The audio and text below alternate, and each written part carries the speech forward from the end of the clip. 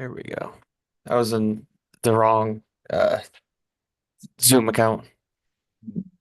Lawrence, Yeah, what's going on, man? How you doing? chilling, chilling. I was writing a lot of emails this week to basically create like a nurture follow-up sequence. So I ended up doing a lot of that. But I've wrote like over 34 emails. Um, I did end up selling Litecoin, but I'm keeping the Cardano for now. Okay. 30, 40 emails for what? Uh, For yeah, so I'm creating let's actually see if I can share my screen.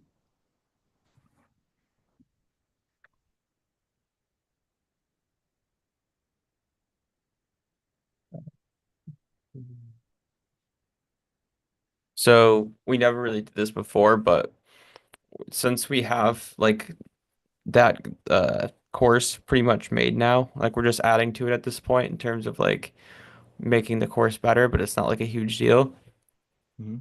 Essentially, when I get their email address, I'm building out an entire automation where they're getting sent emails. Because we'll have their email address for them to be able to join. So our strategy might change, but what we're gonna do is we're gonna launch kind of the same. We're gonna launch another follower ad, but inside the follower ad, one of the basically we're gonna tell them to follow us, and for them to follow us, like another bonus we'll give them is access to our free course. Mhm. So then when we go and ask them in the DMs, we're basically gonna ask them for their email so we can send them the course first, which is gonna hopefully improve the response rate off that first message. And then we can appointment set after that. And then because we have their email, uh, basically we'll just be emailing them for like, So value emails. yeah. What made you like, is this something in Brandon's program, or are you just like kind of creating this as a theory, or where's this coming from? No, this is something that I made. It's no one told me to do it. I'm just doing it. Okay. Why are you what was the issue with the follow? So it sounds like you're pivoting back to follower ads. You're gonna give those a shot again? Yeah. Well, we're doing both. We're doing a hybrid model kind of situation. You guys are doing strictly followers, and then you guys were doing strictly DMs, and then now you're gonna do both. Is that right? Yeah. Like for like two, is it like you're kind of split testing two different funnels, two different pathways, or like are they intertwined? Like before you were doing follower and then retargeting with DM, so it's part of one strategy. Is it two kind of different funnels, two different strategies, and you're kind It's of split testing? yeah. Yeah, exactly. So it's yeah, you actually summed it up pretty good. And then the Doing idea that, but is then I you're wanted to because we weren't really nurturing anybody that like I think one of the main like we were in terms of like following up with people, but we it's didn't have a system to really kind of like grab their emails or anything. Like we have like 12, 13,000 contacts and only like 500 of them have emails for us. So we're just trying to figure out like, well, how to leverage them better. Yeah. yeah, because So there's so much volume going on that it's like, I I mean, guess we could really run, uh, we're testing two different things right now. yeah. It's so like the problem that you're trying to solve for is because when you were doing the follower ads, the thing that dropped was it was not it was the setter not being able to set as many the cost per booking call like jump through the roof, right? So the idea is okay if we throw in emails and perhaps that'll change. Yeah, well, that and change like one, obviously, like you have the long form nurture, but two is like the response rate will be higher because they'll have to respond with their email to get it anyway. Yeah. And then that's just for the follower ad. And then we might launch a DM ad that's basically doing the same thing, but it's like a free course, and that's like the offer. And then Mhm. we try to set the appointment after giving them like the free course as well. So basically, it's like an almost like a follower ad, but it's like an IG DM ad in the same way. Yeah. Except we're expecting the cost per lead to be even cheaper because it's not a direct offer. So when it comes to your follower ad, Ryan, you should watch this from the very beginning. Mason's talking about the changes he's making with his personal trainers.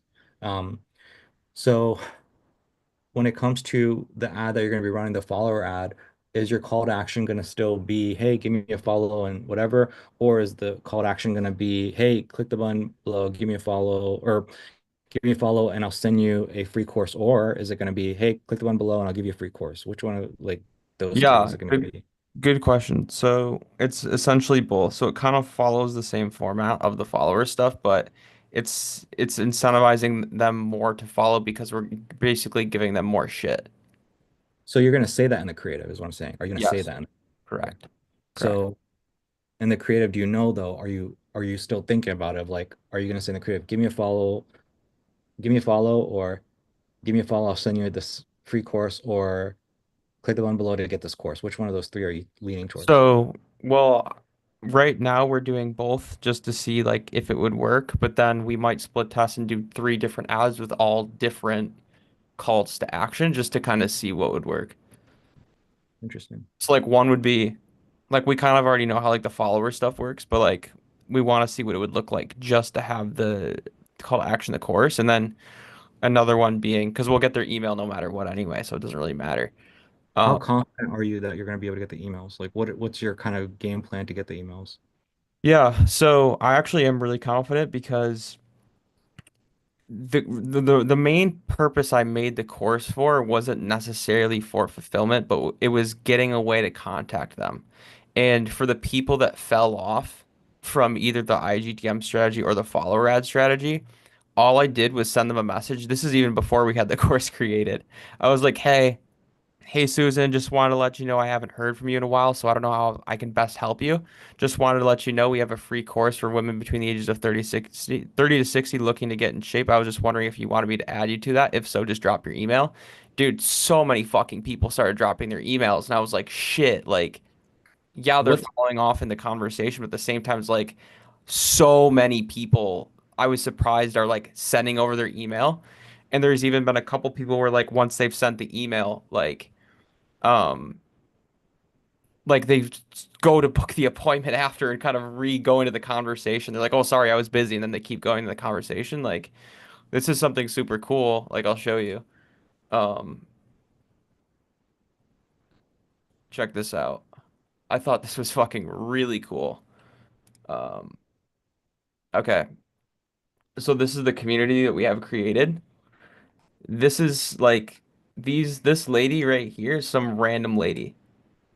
We sent the invite to, and she posted in here herself. She said, "Hey, like she's going for all this type of different stuff." But like, I just invited her to the community, and she's the one posting in there and shit. hmm. So I thought it was really cool. I'm like, oh God, like people are actually coming in here and like commenting and doing a lot of different stuff, which is something that I didn't necessarily expect. How did you But get 44 people in here? Like, well, is it from like how like you're DMing them a link to go into school or what? Or oh no, it was the thank you page. yeah, exactly. So there's a thank you page. So I have an automation set where after the sales call is booked, it brings them to the thank you page. They watch a video. I don't know if you've seen my most recent thank you page, but basically it's like, hey, just for you booking the call, we want to give you access to all of this stuff. And then it automatically grants them access and they just make an account. Why not? And so why not instead of saying the value emails, get their email and then like instead like get them to go to school? What do you mean? Well, we are. That's the point.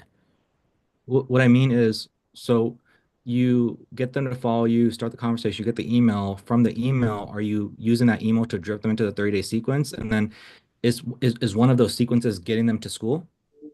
Um, That's what I'm asking. Is like, yeah, so so basically yes and no because there's certain emails that I've written where if they're not already in it, they can get into it. But generally the way that I'm looking to do it is or like what I'm saying is like, once they give me the email, if we're running an ad that says like, "Hey, we're gonna give you the course," like I'm just gonna instantly gratify them inside of it and then use the nurture sequence as well on top of that. what I'm saying is why not like the moment they follow you, you start the conversation, you get the email, why not start the conversation, get them inside of school right away? Or is That's what we're doing. That's so exactly what we're doing. so how are you're getting them to school by emailing them something to click a link to go to school, or you're sending them a link inside the DMs to go to school? So as soon as they give me that email address, an automated email gets sent out, and all they have to do is just click a button in that email and they're inside. Gotcha. Gotcha. And Gotcha. then from that triggers the email automations as well. Nice. Yeah. And then if they're already inside, they won't get. if they're already inside, they won't get the email for them to join if they book a call as well, Hmm. if Yeah. that makes sense. So there's all different angles with it. Yeah. I was wondering about like I don't know how like I never personally used it, but like those close friends things on Instagram, it's kind of like that. It's like having some kind of community and blasting out offers from time to time. So I know a fitness coach. I don't know how many followers he has, probably like 100,000, and he paid someone I think like 5 grand to go through all of his followers and add them to his like close friends story. And he's been telling me how like because if the way that Instagram works is if they're close friends, they have an Instagram story up, they're always at the top.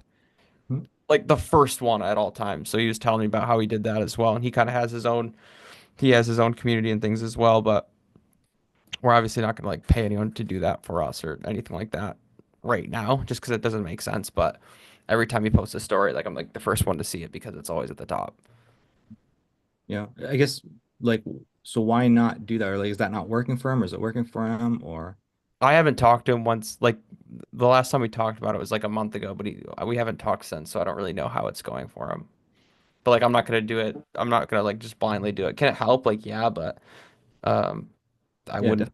I wouldn't want to one do it by hand, and two, I wouldn't want to do anything without knowing that like what he's doing works. Like I would imagine it definitely does, just because you can definitely get a lot of engagement just like posting off your stories. But at the same time, it's like it's not worth it to me right now to do it. Like with school, I look at school and like I fucking hate Facebook groups, bro. I fucking hate them. I hate Like him too, dude. I never even fucking ever made one because I was like, I'm never gonna use this. this is so fucking stupid, bro. Like I'll post some shit. What is the last thing I posted? I don't know, like 27 reach? That makes no fucking sense. Yeah. It's so stupid. It pisses me I'm off. in a lot of like I'm in a lot of Facebook groups myself, like not like apart from the Cinema Marketing Cheat Code, just like local shit in my area, etc.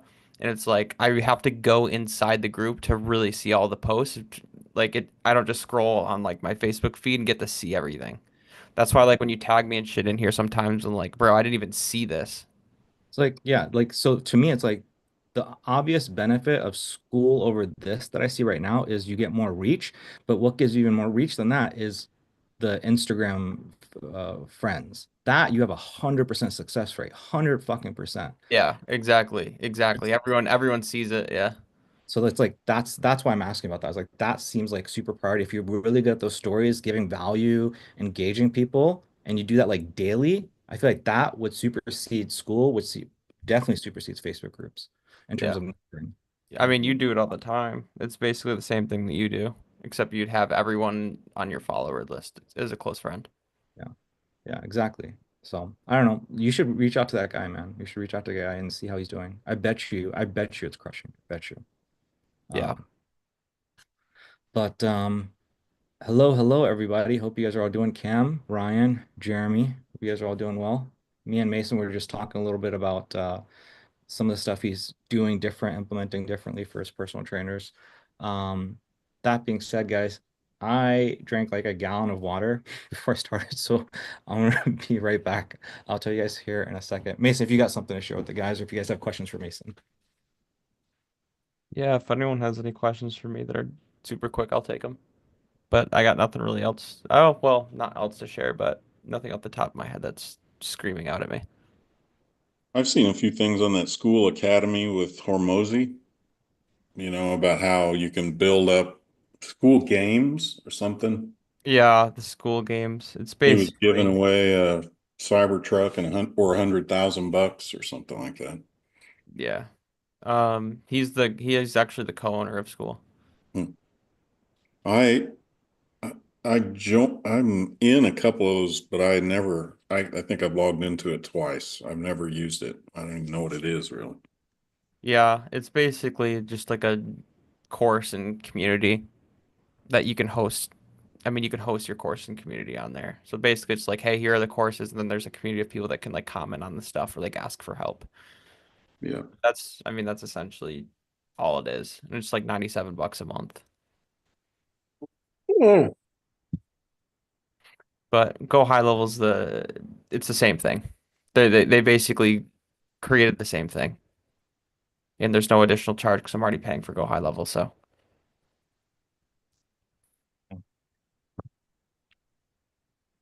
Um, all right, let's get started, guys. Who do we got first? I think Jeremy, I think you're first. Yeah, I didn't have a whole lot. It's been kind of slow, other than still building out some stuff with Alpida, but the only thing preventing us from launching right now is she has not figured out a way to, um, ex she set up stuff with like Square and Stripe and PayPal and all kinds of different things, and it's just had a monster of a time getting them to work with her, I guess, because of the fact that of what she sells. Like Square, just once they figured it out, they were like, nope, you're done. So they cut her off. Stripe cut her off, but recently turned it back on, and PayPal didn't work.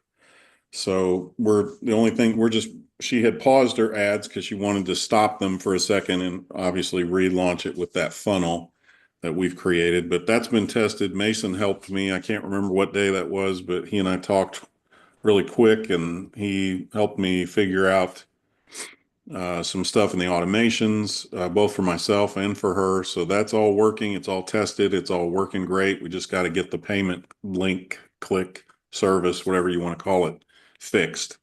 As soon as she gets that fixed, she'll be ready to launch. I was able to do some onboarding with one of the two new clients I signed a couple weeks ago.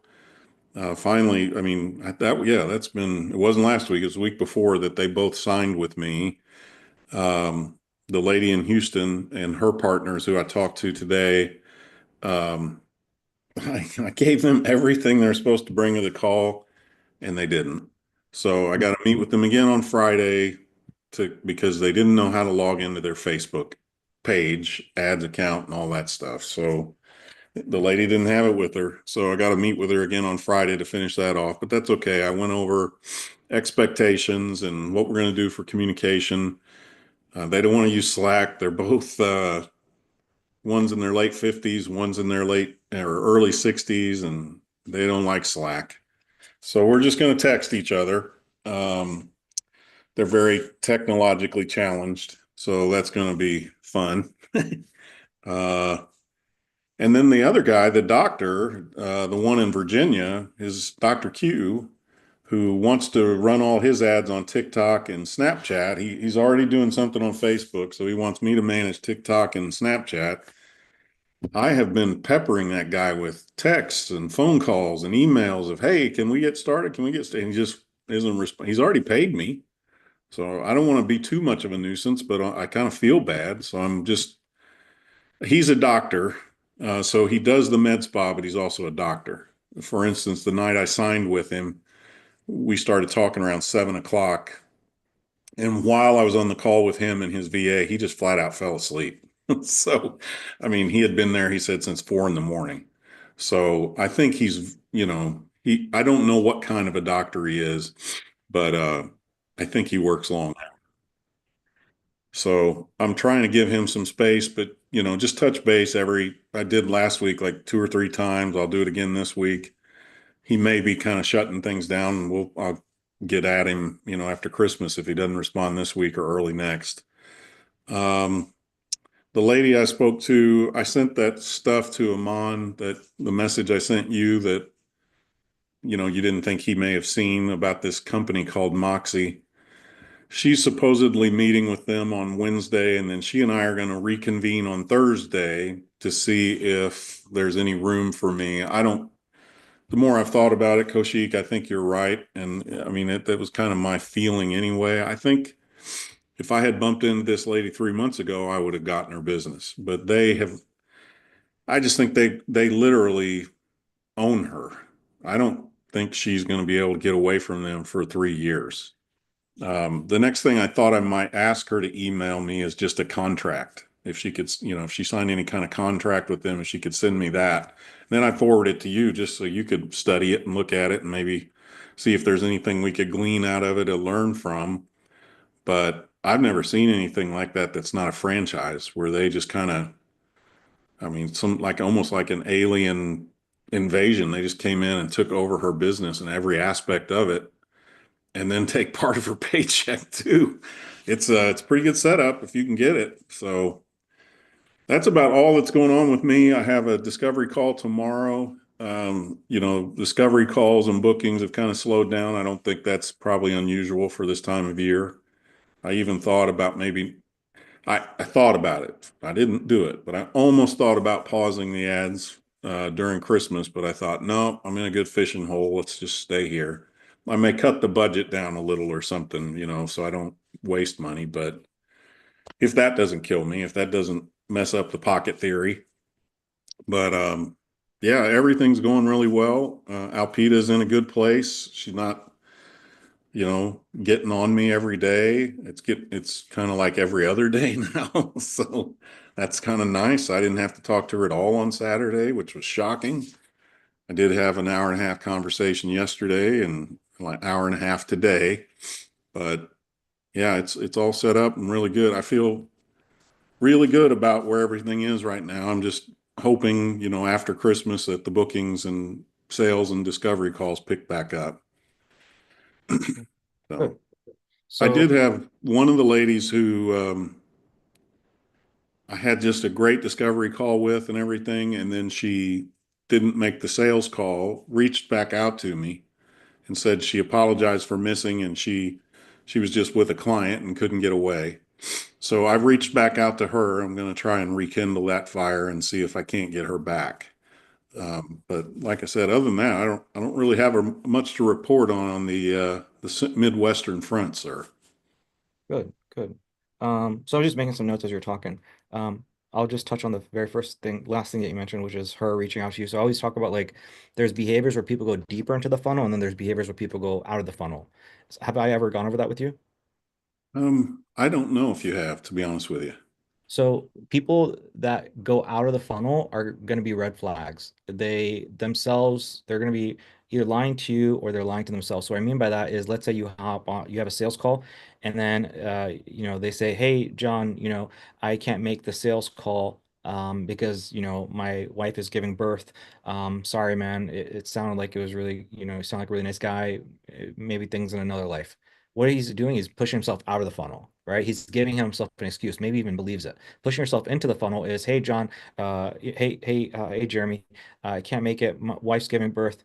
Is it possible at all that we can do another call later on next week, whatever I got to do to get in with you? So he's pushing himself into the funnel. So again, if we just like Right. imagine the funnel, what is the next step in the funnel? Are they trying to go towards it or are they trying to go out of it? And so anyways, I just bring that up with her because it's a really good sign. So again, that smells like another potential close to me. Her behavior already sounds like a close to me. You just have to not crap the bed. That's what it sounded like so far. So, yeah, I when she sent that text back to me, I sent her a text saying, "Hey, no worries. I'm glad you're making money, and here's a link to reschedule." And she hasn't responded to that. So, Yeah. um, I That I may there call her back or whatever. But yeah, Yeah. So I would say for that, yeah, I don't know, like maybe that could have worked. I don't know how high the intent was. Maybe the next time something like this happens, you do something like, "Hey, I totally understand. Do you mind if I give you a really quick ring?" And so now their heart's gonna be beating a little like, "Oh shoot, I'm in trouble," right? And so then you hop on the call, and then from there you can push it and get them locked in, as opposed to just saying a link and then now this happens. So you that's a push little it bit, off. yeah. So that's a little tip for the future. Because right now they're coming to you, they're already kind of like, "Hey, I'm at your mercy," so capitalize on that. Yeah, Um, the other thing is I want to go over is regarding budget. So in my experience, it's safe to increase and decrease budget by 20%, and then you wait about 3 days for things to stabilize. However, what I would say is how much are you spending per day on ads right now? 50. 50? So what were you thinking about taking it down to? I was just gonna cut it in half, during the Christmas and New Year's week. I didn't know. I was gonna ask you. So So it could backfire, right? It could backfire. But so it does move things out of the pocket, right? So whenever you're in a good pocket, you pretty much all you can change is like the title of the ad set, the title of the ad. That's pretty much it. If you touch anything else, it recalibrates. So if to be safe, what I would do is I would go from 50 down to like 30, wait a few days, down to 20. Like that's how I would do it instead of cutting in stair half. step. Cutting in half, things Okay. could really, it could break things. Um, The other thing was regarding Slack. I'll tell you right now, it's not painful for you right now, but it will be painful down the road. You can't let people get away with that kind of stuff. They have to Yeah. play by your rules. They have to. It's non-negotiable. Cam said he had a conversation with a guy. It took him like an hour and a half to like try to onboard him or something, and he was like, "Screw this," and he just refunded him. And that was the right move to make. It is the right move. Down the road, you just don't have the time energy. You won't have the time energy for this, and it will really mess you up. The dollars will not be worth it, I promise. Yeah. So right now, the skill set that you work on is okay, well, how do you make it work for people like that? That's how I would think about it. Instead of thinking, okay, they can't do this, the thought is, how can I help them do this? Do I get them some training? Do I do something? Maybe I need to have training on just Slack and how that works. Maybe that's something you put into your business. Maybe that's something you film. Well, I'll tell you what I was gonna try to do. In the back of my mind, like right now, it's just the two ladies, and we just have a group text going back and forth. But they do use Go High Level, so I thought, if I, ease them into things, I could maybe push Slack back, and because they worked with some other marketing company before me who got them set up on Go High Level and Slack. And the one lady, the main lady, she's 64. She's like, I can't understand Slack. It doesn't make any sense. So I just said, well, it's not hard. It's not hard at all. It's, basically emailing and texting. You're just doing it from Slack instead of your email or texting app. And then the other lady was like, yeah, I just didn't like it. And I said, well, we'll do a group, we'll stick with this group text right now, and maybe we can come back to that. That's how I left it. So my intent was to try and get them to back to it at some point. But I knew I just felt like, they've had a week. They planned this meeting today, like a week ago, and I sent them my kickoff web page. They didn't Yeah, fill that out. they already, so it's just going to get worse, right? So Yeah, that's, you got to get on. You're going to create these high. We spoke about this 2 weeks ago. The high touch point people. You create it in some ways, right? yeah. So Well, I tried to do a good job with the web page of like texting, hey, please go fill this out. Please. I even left the main lady a voicemail, and I don't know. So I So think that I, takes me to my next point. So my next point was this is like you close these people like 2 weeks ago or so. What happened? Why is the onboarding like now and a few days later as opposed to the day after? What happened there? well, I tried to do that. The main lady I had been speaking to and who paid me and signed on and all that stuff said, I have another lady I work with. Her name's Mel. She's more of the technological lady. I'd like to get her involved. So let me check with her about her availability. So I said, okay, well, the sooner we can get this going, the better, especially with the holidays and everything coming up. And then I think I closed her toward the end of the week before last. Well, then the weekend happened. I texted a few times in there. Finally, she scheduled an appointment early last week, but scheduled it for Monday because her friend Mel, or her business partner, this was the first day. Maybe that lady was on vacation, or I don't know.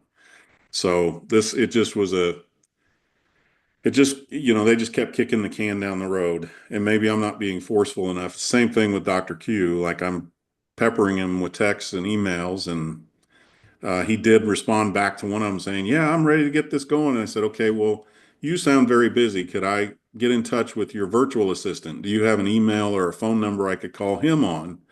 And he hasn't responded back to that text. So, So yeah.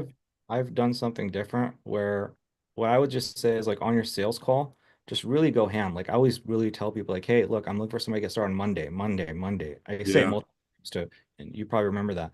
After Yep. that, what I'm doing is again, I take people to the sales page to pay. And what I've done is I've changed my sales page instead of going to thank you page, it now goes to a calendar page.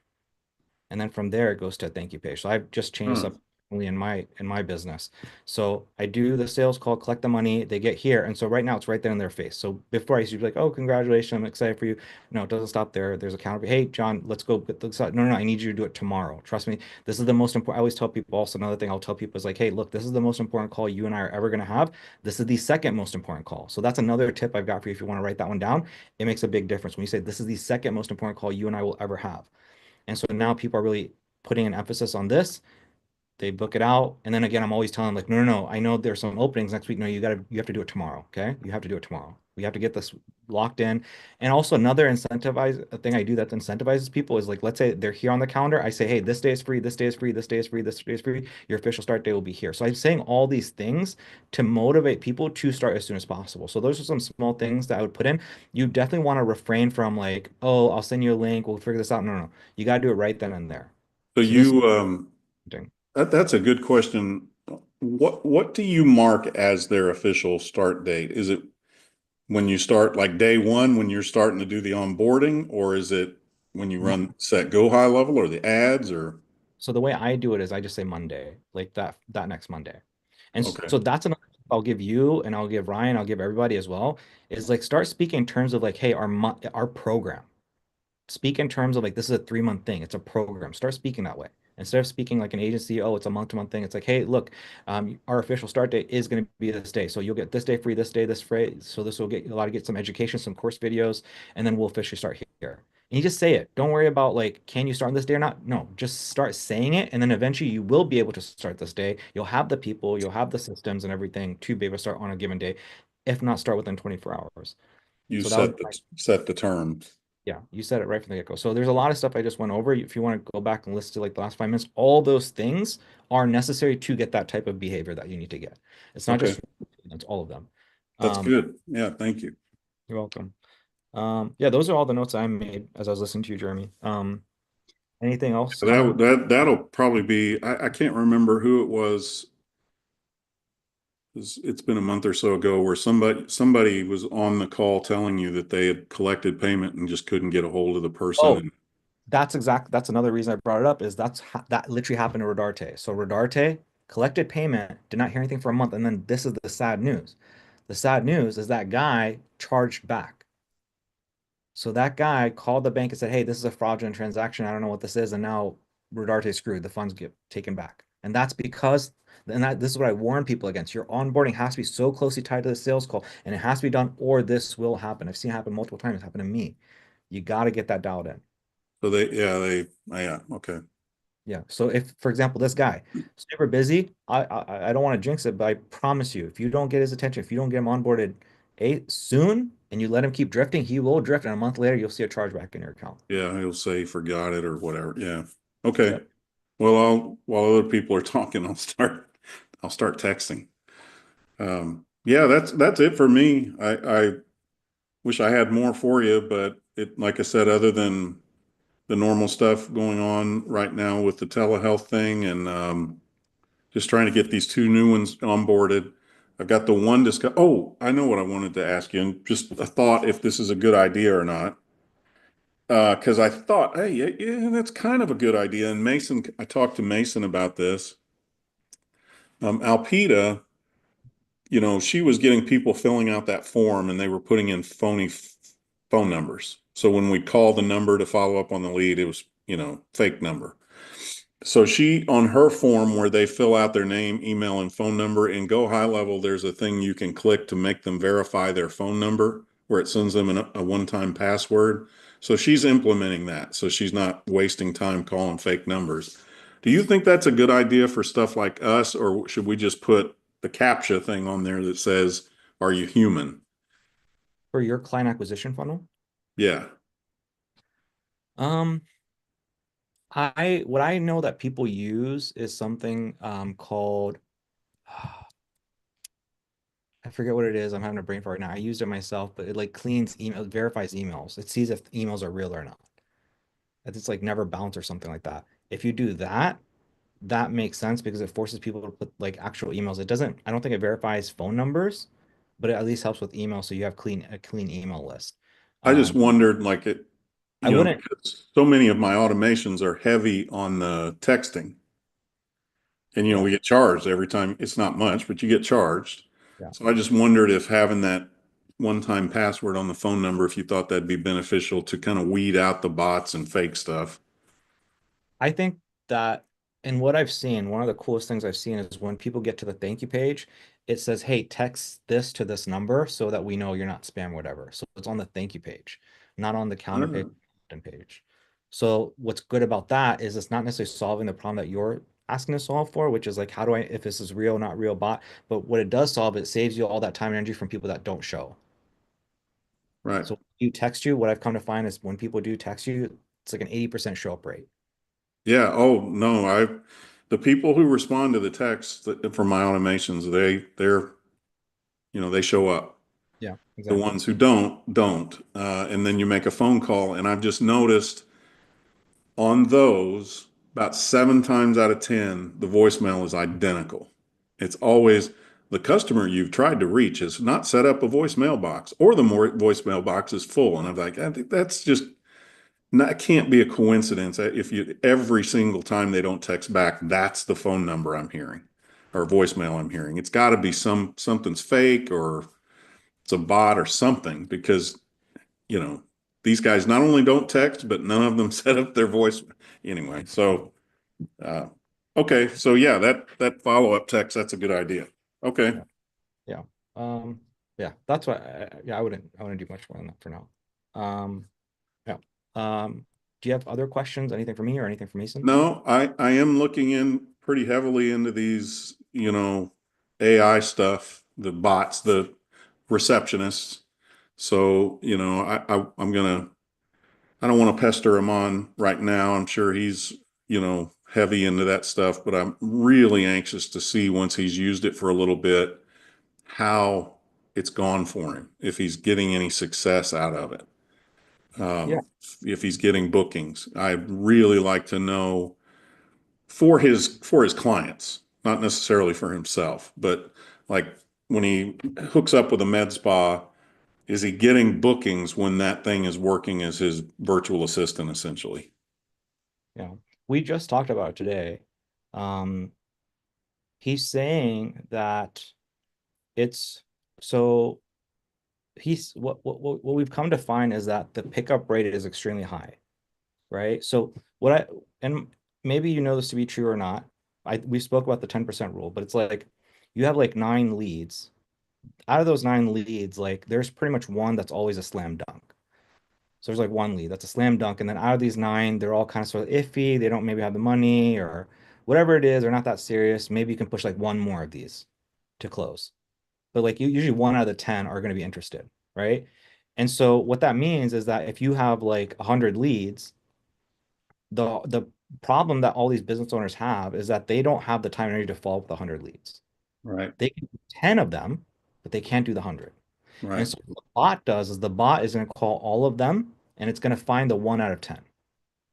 And so that's how me and Aman are thinking about it, is like the purpose of the bot is to do the heavy lifting, find the 1 out of 10 they're interested, and then from there push that to the business owner. So right now, out of these 100 people that's going to call, it has a pickup rate about like 40 to 60%. So actually really high. And so the pickup rate is relatively high. The thing that we're working on right now is it's currently booking 8% instead of 11%. We're trying to get to 11%. So out of the people that do pick up the 40 to 50%, 8% are booking. We're trying to get to 11%. And the reason for that is that's what his average is. Right now, our theory is that it's at 8% instead of 11% because of seasonality. That's the issue. So far, so good. It's working. I did send you this other thing. These are people that it's actually pretty cool. It's like $250 a month or something, and they set up all the AI stuff. So they set up the text, they set up the voice. I don't know how good it is. I just found this is something that another member shared with me. I haven't gone through, I haven't demoed it, but like I'm pretty sure you can click on it and then you can actually demo it and see how well it works. So this is Okay. something I would check out if I were you. Did you send that to me in Slack? I did. Okay. Yeah. So check that out, see if you find it interesting or not. If you think it's good enough, then great. Give that a test. If you don't like it, if it doesn't seem good enough, well, then obviously there's Aman stuff. You can reach out to Aman. Yeah. Well, that's where I see with all these clients, as I think about like your garden hose analogy, that's the kink I see happening the most, is the follow-up and the nurturing. Yep, exactly.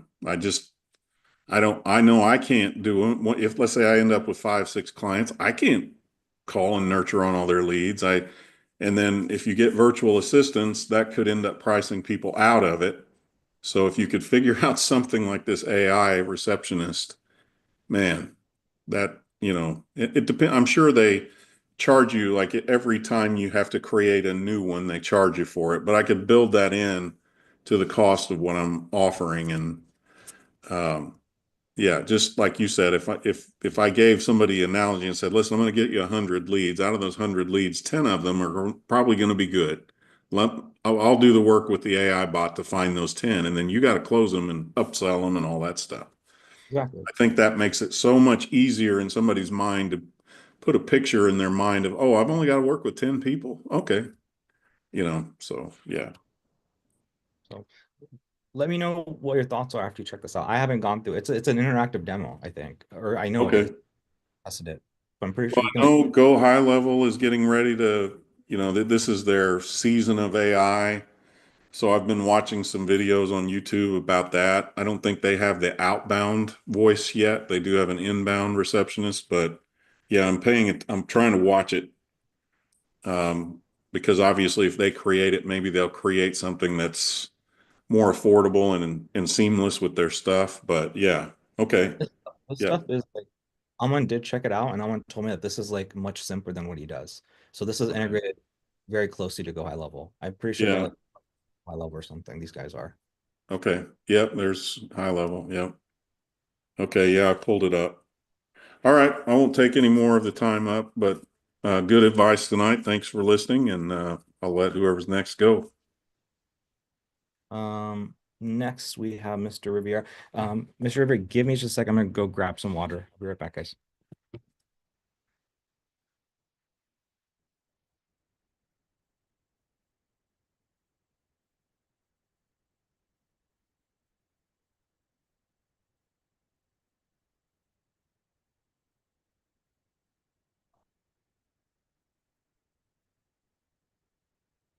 Daniel, what's going on, man? What to do?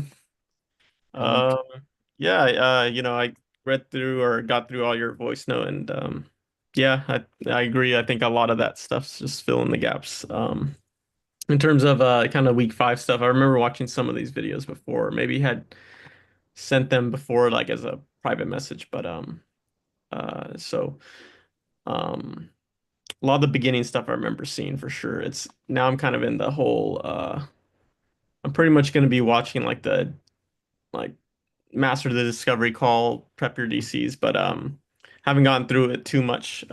So I'm just kind of in limbo, but just because I was kind of refreshing on the other previous stuff.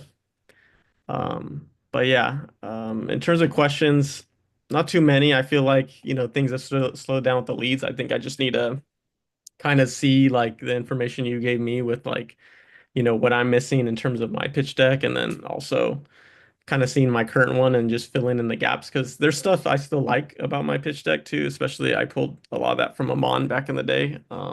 But then seeing the pitch deck that I was able to you gave me access to today, I was like, oh shoot, man, there's some really good stuff in here too. So I need to freaking like Frankenstein it kind of thing, but make it still like flow, look the same. Um, so I'm just gonna pretty much tally everything up in terms of what I'm missing and then what I can combine. But yeah, I think the uncertainty is the most main thing, is because I could get them up until that point. I think I'm lacking like small little micro things like on like a wide spread. So not too many questions. I could go over KPIs a little bit too. I mean, I was gonna go over pitch deck with you. That was kind of my main goal, but I don't know if that's you know uh just because you gave me so much resource that I don't know if it'd be too much. You know, I might want to refine it and then kind of come back with you with it with the refinement versus you kind of just seeing like what it is kind of now. Um, but yeah, if things kind of slow down with my ads, like, do you think I should just focus on like the next ad? Because I have like the edit for the like the car one. I just haven't put it together, like, or I filmed it, but I haven't put it together. So if it slows down, I just feel like I don't know. You think I should be working on some creative as well? Yeah, it's interesting. Guys, have you guys checked this out? By Hormozy, he just dropped this. Really good. I've never seen this. Really good. He just dropped it.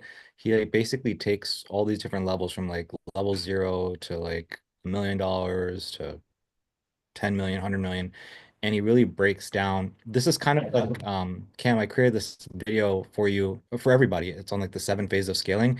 He basically does the same thing in terms like here's where you're at, here's what the bottleneck is, here's what the solution is. And I think it's just so good. But I bring this up because one of the things he mentioned during stage 2 is arguably where you're at, Rivera, is he says 100 minutes per day, whatever marketing advertising you're going to be doing. So whether it's 100 DMs, 100 whatever. And so I sat there and I thought, I was like, that makes so much sense. Like, why not spend 100 minutes per day like working on ads? I've always just kind of been of the mindset of like just work on ads, and then like once you have something that works, just fucking like pump it to the moon. But he really emphasized like just give 100 minutes per day to this simple task. You need to focus on this because this is the advertising stage. So to answer your question, I would say, I mean, what your days look like, Riviera, but I would say if you can Mhm. put 100 minutes a day, a day, like 1 to 2 hours a day towards creative every single day until your cost per acquisition is better. So 100, like 2 hours a day working on creative copy, testing it out all the time, Mhm. and like constantly like split testing to try to beat out your old ad. And then eventually, like I think we'll just like see. I think what we'll do is we'll see like one ad that just crushes the other one. Like for example, when I was doing the free video commercial ad, all of my ads were like 20 bucks, 20 bucks, 20 bucks. And then we had a guy, his name's Wayne. And Wayne came in and he's the one that actually shared the great ad. And that went from like 20 bucks to 2 bucks. He fucking blew it out the park. And so my hypothesis is that maybe you can do that with HVAC as well. You can bring it down to like 30 bucks. Um, so I would say that like 2 hours a day on that, and then 4 hours a day on sales calls and discovery calls, like that. Just that. That's all Sure. you should. So I think that's kind of where my mindset is. To answer your question, is I don't think I feel like the costs are so high, man. The costs are so high Mhm. from what I've seen from you and what I've seen from Yeah, yeah, Rodarta. Keep pumping them out. Like do the car one, do the other one. yeah. I shared another one. I don't know if you got a chance to see this one. I just shared another script. I wrote this out for Ryan. Um, you know, maybe you can do this one as well. I Okay, don't, cool. I'll check it out. Some yeah, value drops. Um, but yeah, things kind of I was weird. The last like I was getting the book calls right into the calendar, whatever, but then the last couple days it was like just kind of direct calls to me and kind of weird if I answer or if I call or sometimes I wouldn't be able to get to it, and I'd call them later, and then it kind of goes straight to voicemail. But or I try to look their number up online, couldn't find it. I found one that was a legit one, but been trouble having trouble getting back to them. So, but kind of weird how it just went to like they got my. I don't know how they got my actual phone number, to be honest. Sorry about that. But yeah, I don't know. I don't know the trends of that. So yeah, I think the solution just more ads and stuff. But I I'm mean, also yeah, working with a new editor, so maybe that could help with the bottleneck there because I find myself getting caught up in the edits a little. I mean, I'm down to like put in the 100 minutes a day, I think, but I think I'm better at writing and being able to film it. yeah. It's where editing is kind of the bottleneck for me is like where that time is. I seem to put 10 times the amount in that time because I'm just kind of slow at it. Whereas scripting in terms of filming, I can knock that out all in within the same couple hours. So yeah, yeah, I pretty much haven't need an excuse to use this new editor too, so maybe I just throw her everything. Start like, yeah, work like so after our color day, like figure out some kind of a cadence and really Mhm. give that a shot for like a month. Let's try to give that a shot for a month. Um, just pumping out creatives, pumping out ads. Um, yeah. Maybe I Um, try to hit 2 new ads a week or something crazy. I don't know. just I don't think it's crazy at all. I don't think it's crazy. Like Cornel, back in the day, he said he was like testing out like fucking I forget what it was, but I remember hearing it and it was 20, absurd. It was like 25 a week or something. dude, it was Yeah. like 400 a month or some shit. I was like, holy fuck. Uh, Right. And he so probably found like half of them didn't work. So it shows you like if I'm just trying to make two work, it's probably a freaking like a hamster wheel. and that's what I'm getting at is like my theory. So like I know for me, like I've created so many ads, but like the main drivers have been like two ads. Two ads out of all the ads I've created have been the ones that have like blown up the business. That's all it takes. Yeah. Like a bunch of them. So what I'm trying to get at ultimately is it goes back to like just pump them out. Let's do it for like a month. And then I think in that month's time, you're gonna find that like one that's gonna be like a super winner. You're gonna see Yeah. the cost dramatically decrease. Yeah, so just commit to that, 2 a week. Yeah, definitely don't be editing. That was my big thing too. Like that's why I hated Mhm. filming ads because I was always editing my ads. Um, what else? So the other thing I was gonna say to you is I don't like, yeah, we could definitely like go over it, but I'm on the same page as you, which is like I think getting through this and then we can build a conversation off of that. My other suggestion to you is I would suggest not to Frankenstein because what I was doing with Aman is very different than what I'm doing with you now. Mhm. So when it came to Aman, me and him kind of built something out and went back and forth. I didn't have any course material or anything like that. I just kind of tested. And so he gave that to like somebody else, maybe Jeremy, I think. Yeah. Yeah. Jeremy, I think initially had his and it was going kind of sort of okay. I was like, no, Jeremy, why don't you try this and just kind of do it to a T. And so I think I kind of see Jeremy nodding his head there is everything is by design. So those PowerPoint slides are designed based off of the course material. So everything is by chance. I'm sorry, there's nothing that's by chance. Every single thing is by design. So I would not maybe Frankenstein. I would just Okay. do stuff and just give that a shot for a little bit. Mhm. And then from there we can kind of build from there if we need to. Jeremy, is there something you were going to say or? No, I was just going to say that's right. I was looking to create the sales presentation. Amon shared me his, so I created the sales presentation based off of his, which was his experiences. Right. And Mhm. it created a lot of gaps when I was talking. Um, Mhm. so yeah, stick with the one Koshi gave you. Have better success. Don't Frankenstein anything. Don't change anything.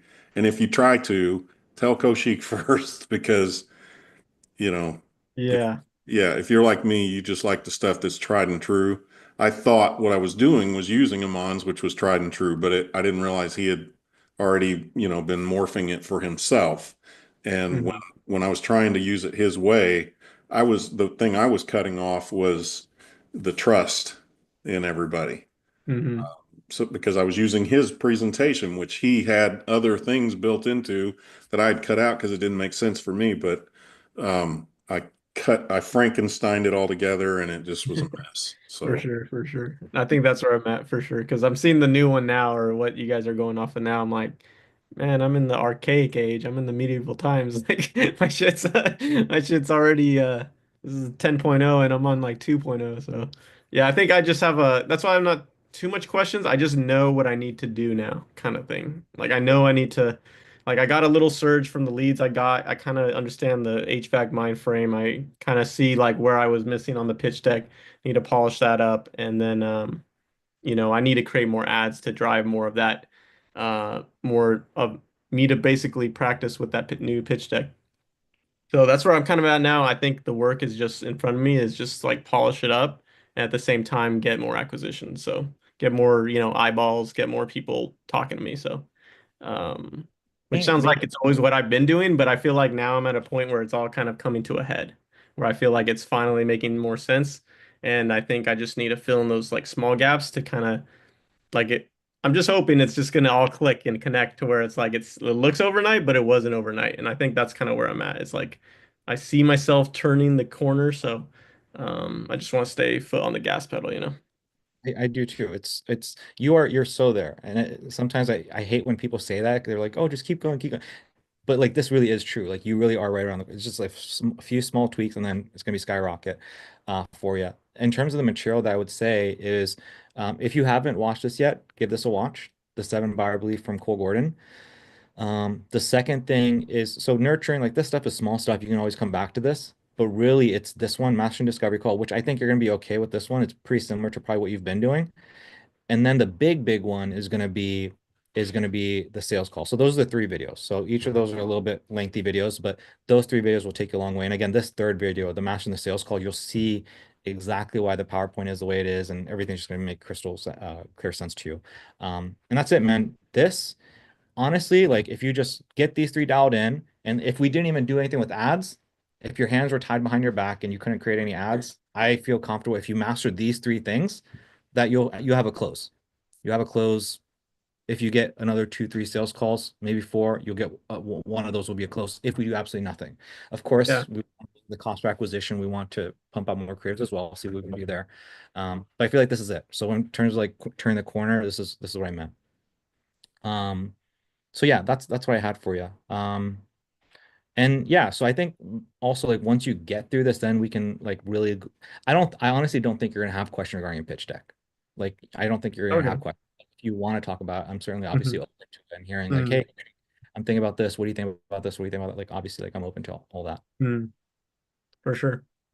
No, cool. And then yeah, and I guess I kind of when I go through the sales call process, I'm just going through the pitch deck, but I'm seeing here on that, because I just downloaded or got access to the discovery call and the niche discovery call and sales call scripts, like kind of looks like there's a sales call cheat sheet. So I'm curious if, having on maybe another monitor, a little bit of that to kind of keep me kind of just because, not that I get lost, but I feel like the pitch deck is just kind of like you're reading off the slides. I mean, I always try to embellish and, but I feel like I could easily forget, like, hey, even though this pitch deck is for the prospect to view it and it's for you to kind of hit this point, like, there's actually a deeper thing you should ask at this point. There's like little, so I'm curious, like, do you guys usually have, or do you like, I guess, advise like having like a little cheat sheet along with the slides? So maybe you can like, oh, Where this is a good moment to switch to maybe the, ad spend budget calculator. And this is a good point to, because, it's not like you can put like in the slide where he's watching like the little, hey, you know, you can't really send it like a little visual notice to yourself to do this because then he's gonna be like, what the fuck? I Yeah. hope that makes sense.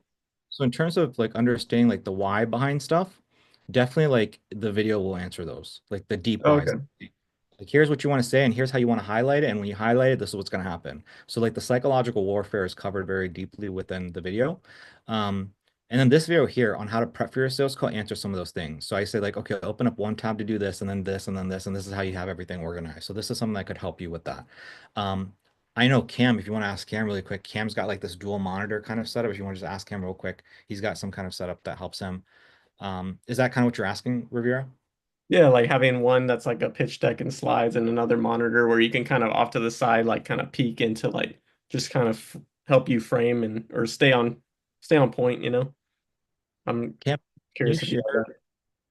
Can you share like what you do in terms of your sales calls that kind of helps you go back and forth and all that stuff with your dual monitors for Riviera?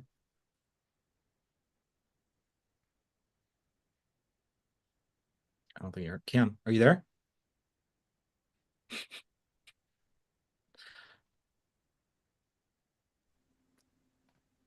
You say Hello? my name? Yeah, yeah. Did you hear what I said or no? No, I was just reading one of your voice notes that you left me, like the one where you added all this stuff in the bottom of my document. No, what I was Riviera was asking a question I think you could help out with, man. He was basically saying, he just now saw like the PowerPoint and this all the stuff that recently downloaded. And he's basically like, okay, well, how do I organize this in a way where like you can have the notes and everything? I can kind of like ask a question and then have something as like a cheat sheet or something like that. There's something you have like a dual monitor or some kind of setup. I was wondering if you could share that with Riviera really quick. Like what Uh, yeah. Yeah, yeah. Can I share my screen? Um, so this is pretty much it right here. I just call it or my demo call Bible, just to have some fun with it, I guess. But I have my laptop and I have it like right below me, so I'm kind of going like this with my eyes.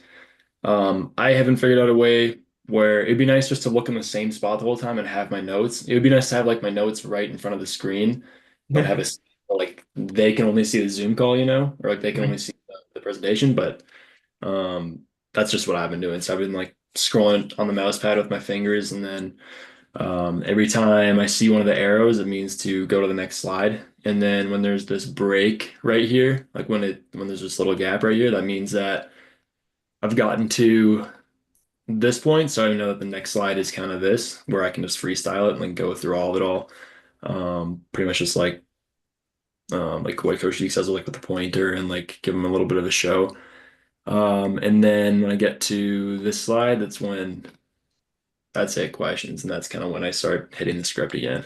But I can send this to you if you want. You can just adjust things if you want to. Well, I Uh, appreciate that. Yeah. Yeah, just something to help, while like I'm not just looking at the slides because I feel like there's things to like I need to remember that are like not in the slides per se. but it's like hard for me because all I'm seeing is the slides, just like the prospect, right? So something visual where I can like this looks like, yeah, you're detailing like almost what to hit on when you're at a certain point within the slides, if I'm correct. Yeah, it's kind of a new thing that I started to. Like I had one sales call with this, and it went pretty good, but I made sure to like I'm literally reading word for word except for that gap right freestyle. Hmm. Because the beginning and the end are kind of the most important parts for me. So I literally have like ums and ahs in the words just so it sounds fluent. Hmm. Um, No, I that just makes want to make sure I don't want to miss on anything. So I don't know if that's like the right call, but for my first call, I was like, I'm not sense. gonna fuck this up by like forgetting stuff. So I'm just gonna read it all. Hopefully I'm not a great, I don't read good. So it was a bit difficult for me to like try to do it at a fast pace, but that's kind of how I did it. And then I highlighted the things that aren't part of it. Um, just so I can like, oh shit, it's orange. Let's highlight this thing or whatever. Yeah. Um, if you read it, it's like literally like point to point. Like when you see an arrow, make sure you hit. Hmm. There's some, I didn't really have time to go through and practice the whole script before my first sales call. So near the end, there was some weird thing that misaligned with the slides. So I kind of had to be like, oh, what was I thinking about again or whatever. But it's pretty close. So if you want it, I can send it to you and you can change it however you I'd want. appreciate that. Yeah. Cool. Yeah, this is great. This is like what I was looking for in terms of, you know, just having something supplementary to what, the pitch deck is. And I still need to kind of refine that, make sure that it's my own, um but Yeah. yeah, this would be great to have on. So I um find that right now I'm kind of a lazy bastard. Like I like to work hard, but like if I can make my job easier, I'm gonna. And if I can figure out how to just say word for word, like I don't have to think about worrying about the sales pitch. I know I'm just reading off a thing. And then yeah. when I'm not reading off a thing, it's just me being me because I know all this stuff. Like this is kind of where I flow. Hmm. But then the points that really hit, and I need to make sure, like especially the qualifications. Uh, the one that I had before told me that he had nowhere to go and we spent 3 hours together and then he's like, I'm going to Florida. I would have done it. But I'm like, oh you little bastard. I'll kill you. God. But it's yeah, I'll send it to you though. Oh, cool. I appreciate you, Cam. Yeah. And Yeah. have you ever divvied up that edit yet of the testimonials yet, or No, any? no, no. I don't know when it's my turn, but I'm falling apart over here. So, I For sure. I need to edit that for I sure. haven't done that. I think I did one thing that Koshiki told me not to do, where it's like set up automations where you're like sending two ads to that person to kind of keep them Uh, warm up to the call. That hasn't been going good. I don't know. I'll wait for my turn, but I'm Yeah, for starting. sure. For sure. Cool, cool. Yeah, I still want to do those because yeah, you guys gave good testimonials. So you guys Yeah. killed it under my program. So Yeah. make sure I highlight that. But no, I mean that's it for me. I don't want to take it for the next person. But no, I mean I appreciate if you send that, Cam, and yeah, Koshik, I'll get on the just polishing up stuff. But yeah, I think I just need to go ham on the ads, and I think I need a set. Maybe for me, I need to like have a I have to have a concrete goal. So I'll probably have to set up something to where I say like my goal is to get 3 ads out by every Sunday or something. But I need to come up with something just stupid black and white so I could just have some frame of reference to hit. And because You have yeah, to. I feel like we can like first few ads are doing better than anything I've done in dental. So I think if I can just stay on that like kind of pocket, something can really freaking blow. It could also be seasonality, man. Like I'm noticing pretty much for everybody, things are like drying up and for everybody a little bit. So it could be that. But you really have to like force yourself. Like for example, I have Sundays, which are my days to do certain things, right? And so you just Mhm. have to force yourself. Mhm. Um, so that's kind of like the advice I would give you. Like give yourself like a certain days in order to hit those numbers in terms of ads. And then just commit to a month, man. If you commit to a month, I honestly even he's saying like to do it every single day. I think if you do it for a fucking month, you'll be fine. Like you have more than enough creatives for a long time. I think that's my theory. I just want to bring this up for you guys. If you guys want, this is what I want to share with you guys. I was trying to share this with you guys when you guys were talking about testimonials, but this part of this video goes over like a really good framework for testimonial. This is what they use in all of their ads, you'll notice. Um, So that is stage 2, advertise. It is at the 13-minute 47 mark if you guys want to check it out. This is a great framework for all of your testimonials. And it's also a great framework for dealing with clients that are mad. I thought that was really interesting as well. But yeah. Anything else that you wanted to go over, Rivera? No, that's pretty much it. Thank you. You're welcome. Who do we got next? Mr. Ryan. So we got some good stuff to share that I think could be valuable to everybody. But Ryan, you got questions for me? You got questions for Mason first? Fuck.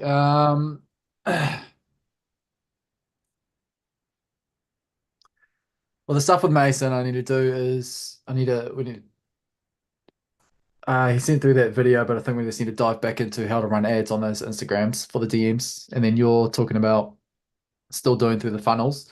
So I'm currently building out a funnel right now, just a calendar page for them.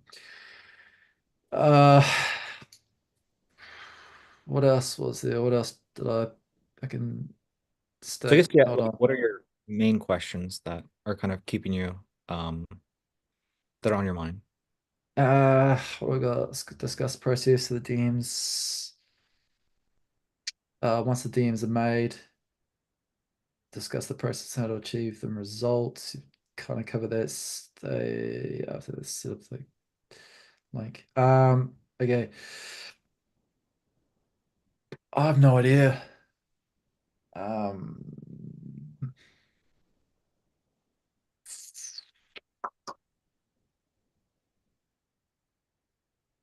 Like you guys just throwing a bunch of information at me this morning.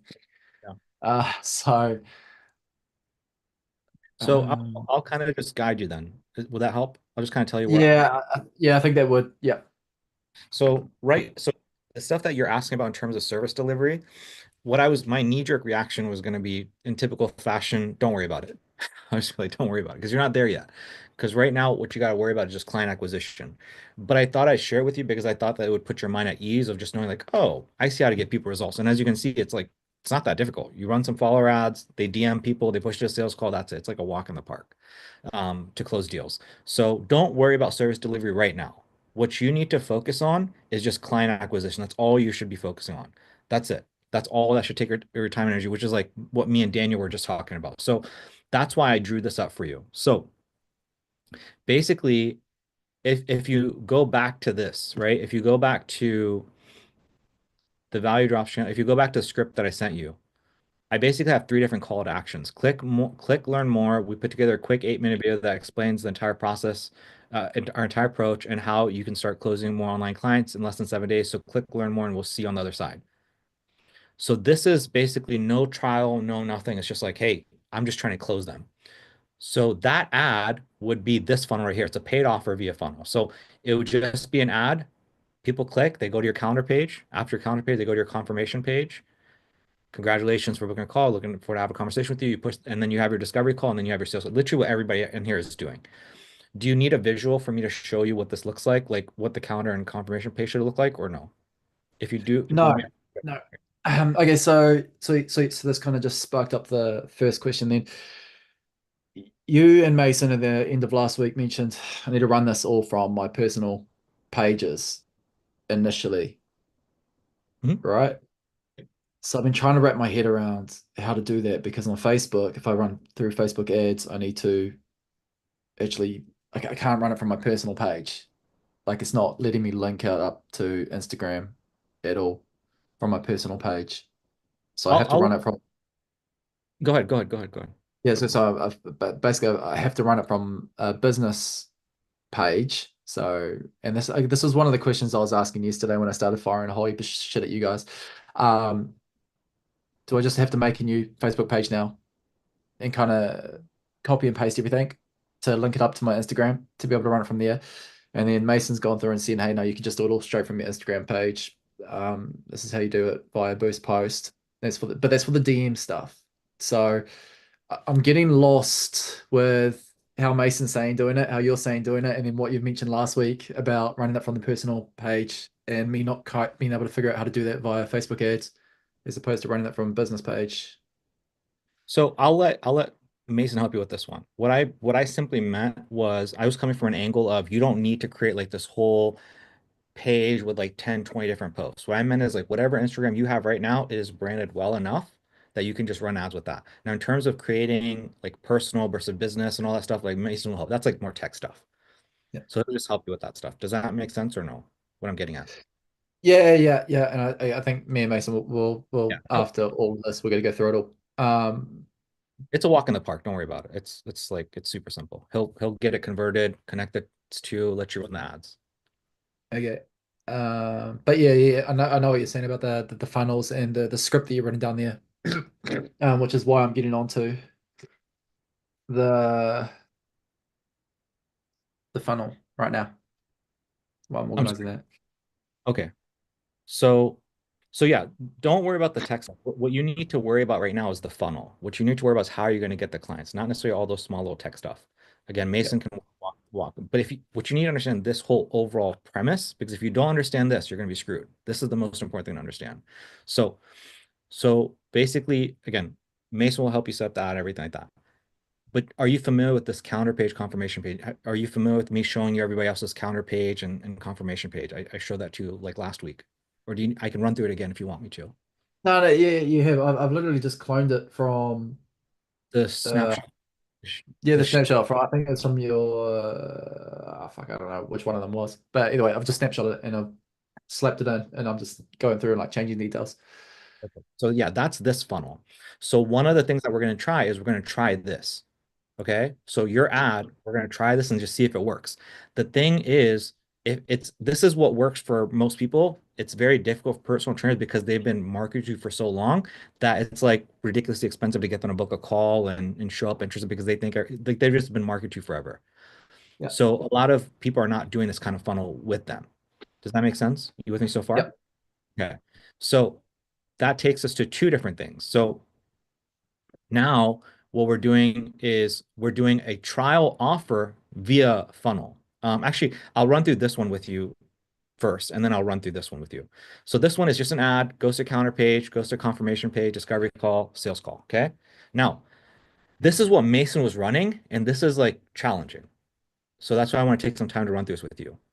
So basically, it's going to be the ad, which is like, hey, I'll do a free trial for you.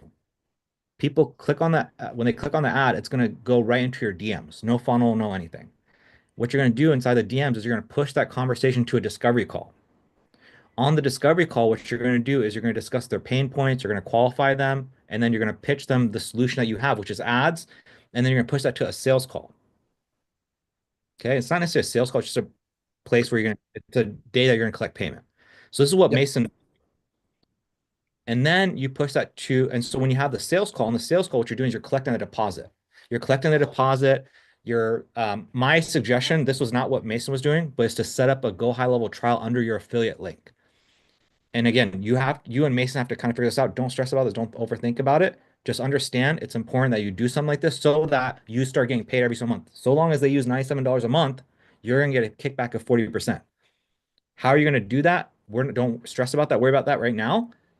But it's super important because let's say you do a trial with somebody and let's say they, for some reason, decide not to sign up with you. You're still going to get paid through Go High Level so long as they keep paying Go High Level. That's the secret sauce behind this.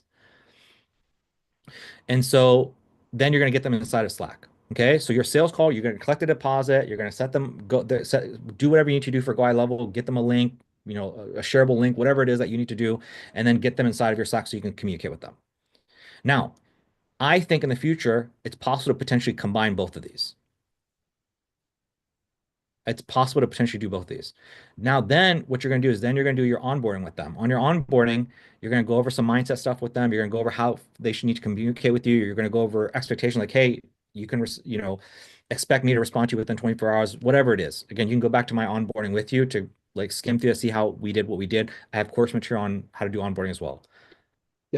And then you're going to set expectation. The key is this. You have to set expectation in terms of what it's going to look like to work together. So it's like, hey, dude, I'm doing this trial with you. My expectation is that these are going to be the results. And then at the end of the 30 days, which again, I don't know if we should do 30 days or 7 days. I'll kind of get Mason's input for you. Let's just say theoretically we do 30 days. it's like, hey, at the end of the 30 days, I'm going to make you an offer to continue to work with me. Now, are we going to tell them right from the get-go that it's going to be $1,000 a month? Or are we just going to leave it open that it's like, hey, I'm just going to make you an offer. I don't know the answer to that one yet for you. We're going to do some testing. I'm going to share with you what Mason did. And you're going to get them a video to watch, which basically tells them everything they need to do in order to get started. So remember, when you first onboarded with me, I said, hey, there's a video for you to watch. You watch that video, that'll tell you exactly what you need to do.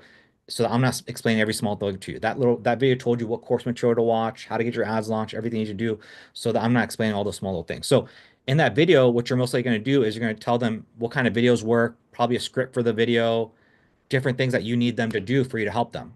So then you're going to get access to their assets. So you're going to get access to their Instagram, their Facebook, their ad account, whatever you need to do. Again, you'll work with Mason on the tech side. Then they're going to film the ad and send it to you. And then you're going to edit the ad and you're going to launch it. And then what you need to do is you need to regularly touch base with them for the trial. My suggestion is a Monday, Wednesday, Friday thing. And then from there, this is the part which is like, this is what Mason was doing, which is again, Mason tried this. It's hard to do. You have to be really good at sales. So for you, because of what your sales ability, your communication abilities, I actually think this might be the route for you. You might crush it with this. 7 days before, you let them know, hey, John, remember when we did our onboarding, I told you I'd be reaching out to you when your trial is ending. Your trial ends here in 7 days, so I'm going to be sending you a video here soon. And then you send them the video. And I'm sorry, 7 days beforehand, what you do is you tell them, I'm sorry, ignore that. 7 days before, you tell them, hey, John, your trial is ending here in a week's time. We're going to do a graduation call. Just wanted to kind of give you a heads up. And then on that graduation call, that's when you pitch the 5K thing. So I want you to imagine this whole experience. You do this, give them a fantastic experience, done correctly. They should make a few hundred to a few $1,000. That at that point, they're going to go ahead and funnel that over into your coaching program. It's going to be 5K for like 3 months. That's option one. Option two, this is what I'm saying. Like up here, when you onboard them, you're either going to tell them that you're going to make them an offer, or you're going to tell them, hey, look, it's going to be $1,000 a month after the trial. The first case where you just say, hey, there's going to be an offer, that would be this. The second case where you tell them, hey, it's going to be $1,000 a month after we work together, that's going to be if you do this option, which this option is, again, 7 days beforehand. You say, hey, I'm going to send you a Loom video. Congratulations, your trial's ending. And then from there, in that video, you're basically making them offer, hey, if you'd like to continue to work together, you've made X amount of dollars, you've done this. We're going to blow things to the moon. I'm going to get you some staff members and da-da-da-da. We're going to really scale this thing up. It's going to be $1,000 a month to continue. All you have to do is give me a heads up. If you do already got your card on file, I'll just go and set that up on subscription and we'll just rock and roll. And so that's what the trial looks like theoretically. There's a lot of moving parts. What's brewing in your head right now? Do you have what are your questions, or what's brewing in your head? And again, you can chop it up with Mason as well, because he's the one that actually ran this. No, the only question I have is whether or not we actually get them onto, if it's worth getting them onto Go High Level, if Go High Level actually works for personal trainers at that service delivery. That's the thing. You have to find out how to make it work. This is what I was telling Mason. You got to figure out how to make it work. So somehow, for example, you're using Go High Level to do all the client interactions. So you have to like condition them to believe. Again, don't worry about ethics or not ethics. It's mandatory. You are going to figure out a way to make Go High Level work. If, for example, they use Go High Level to have all the communication with the customers, then they're going to use Go High Level. They're going to get paid. And I promise there's probably a way to use Go High Level for customer service for them. There's probably a way. It's automations between book calls and then actually following up with people. So that's what I'll say the key benefit of it, just that automation. You have to remember, like, when I was running this, like this has never been done before. This is something I created from scratch. And there was a lot of like loose and like missing pieces from like just trying to figure it out. But I think that if I personally myself was going to go back to this, I would 100% make sure that they use Go High Level. Cool. And that Okay. would be also included in their first month's trial. Yeah. And if you Or can think, because it's free for 2 weeks. Basically, you can leverage that and just say, hey, sign up from this link. It's free for 2 weeks, and that's exactly how long the trial is anyway. So that as soon as they pay or they upgrade, which they will, then you get like $40 every single month. I think it's like 45 to 50 every month. so what could be cool is, I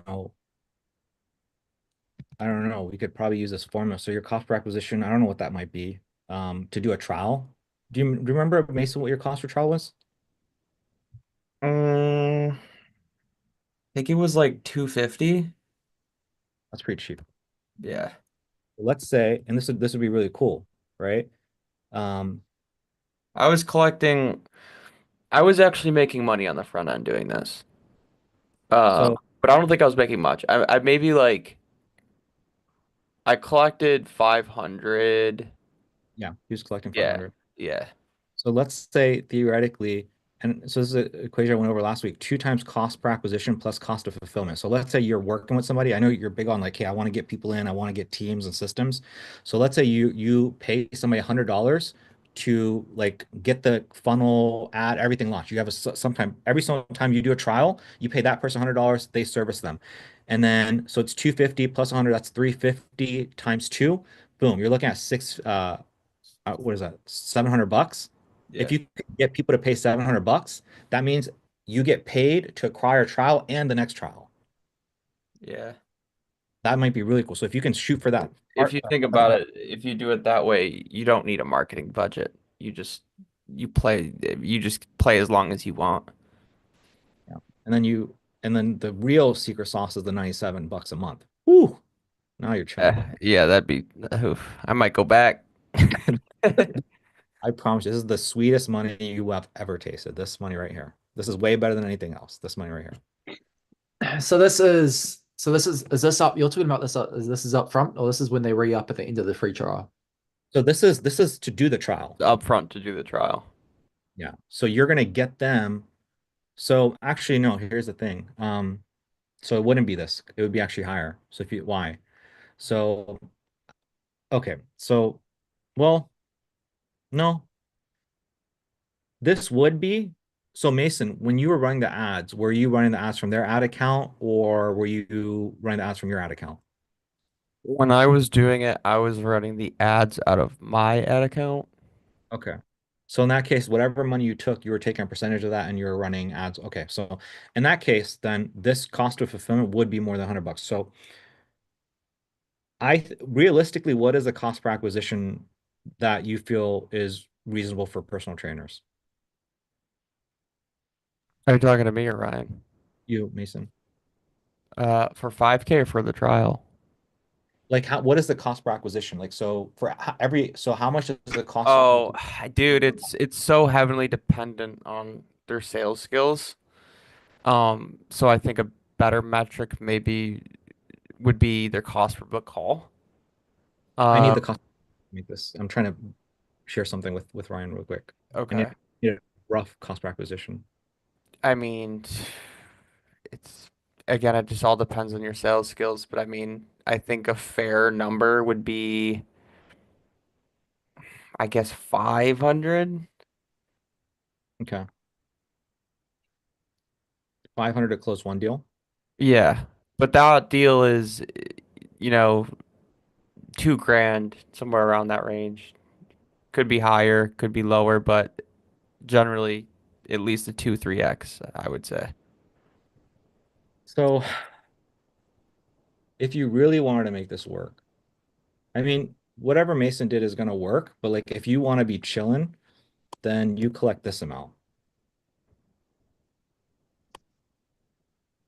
So 600, so $500 is going to go to Mark Zuckerberg to run the ads for the personal trainers. $100 is going to go to your I don't assistant. even think, dude, I don't even think you would need that much, to be honest.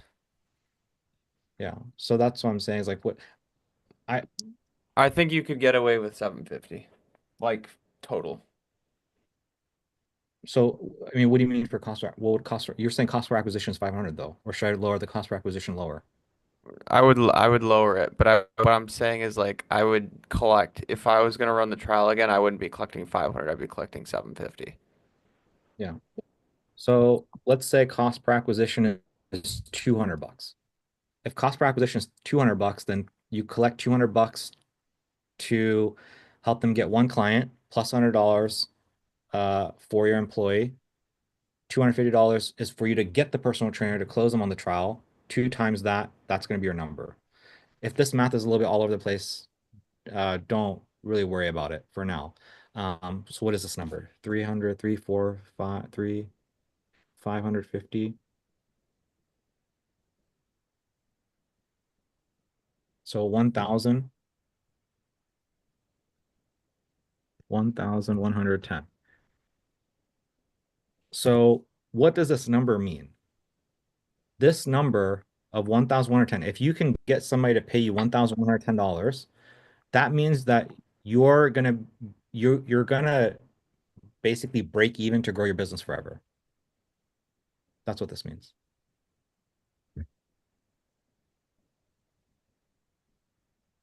Because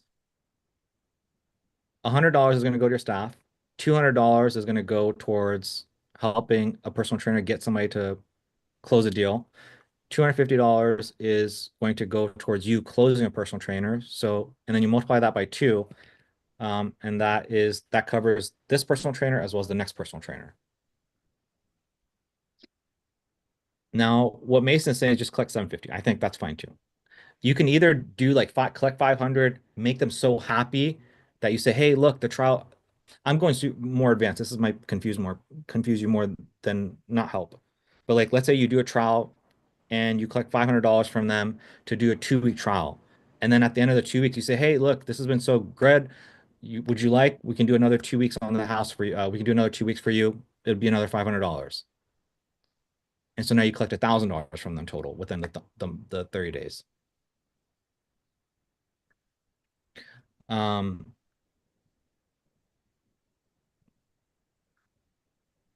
It's not a terrible idea, especially like it'll be a lot easier to close them if they close the deal themselves. Yeah. What's brewing in your head? Well,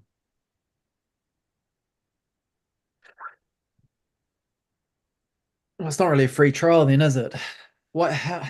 No. It's definitely not free. Like there's nothing free about the trial. Like they have to pay for the ad cost. Yes. Yeah. And so that's the way you position it, by the way. That's what you frame. When you say, hey, look, so whenever I did the trial, whenever Mason did a trial, he would charge $500. I charge $250. And so the way we position is like, hey, this $500 that you're going to pay is going to go towards Mark Zuckerberg. It's going to go through your ad costs. Really, what it's doing is part of it's going to Mark Zuckerberg and part of it's going to us.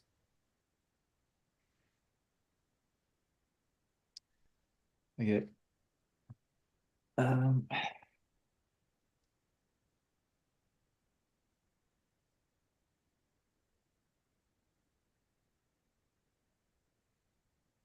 So what you're saying is I get on the sales call with them.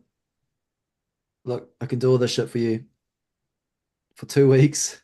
I need $750 to run ads for you and for your funnel subscription. And You'd probably say some of that on the discovery call, wouldn't you, Mason? Is that Yeah, so like yeah. actually walk you? That might Yeah, help. so in the discovery call, after I kind of get through everything I need to get through, one of the last things that I remember bringing up was like, yeah, so in terms of how the free trial offer works, I work for you completely for free, but with our system, because like previously in the discovery call, I'll tell them have they ever ran ads before, and I kind of talk a little bit about that. I'm like, look, the system does require you to run ads. None of that money goes to me. It just goes to Mark Zuckerberg in order for them to be able to actually place the ads. I work completely for free for you, and that's why it's a free trial.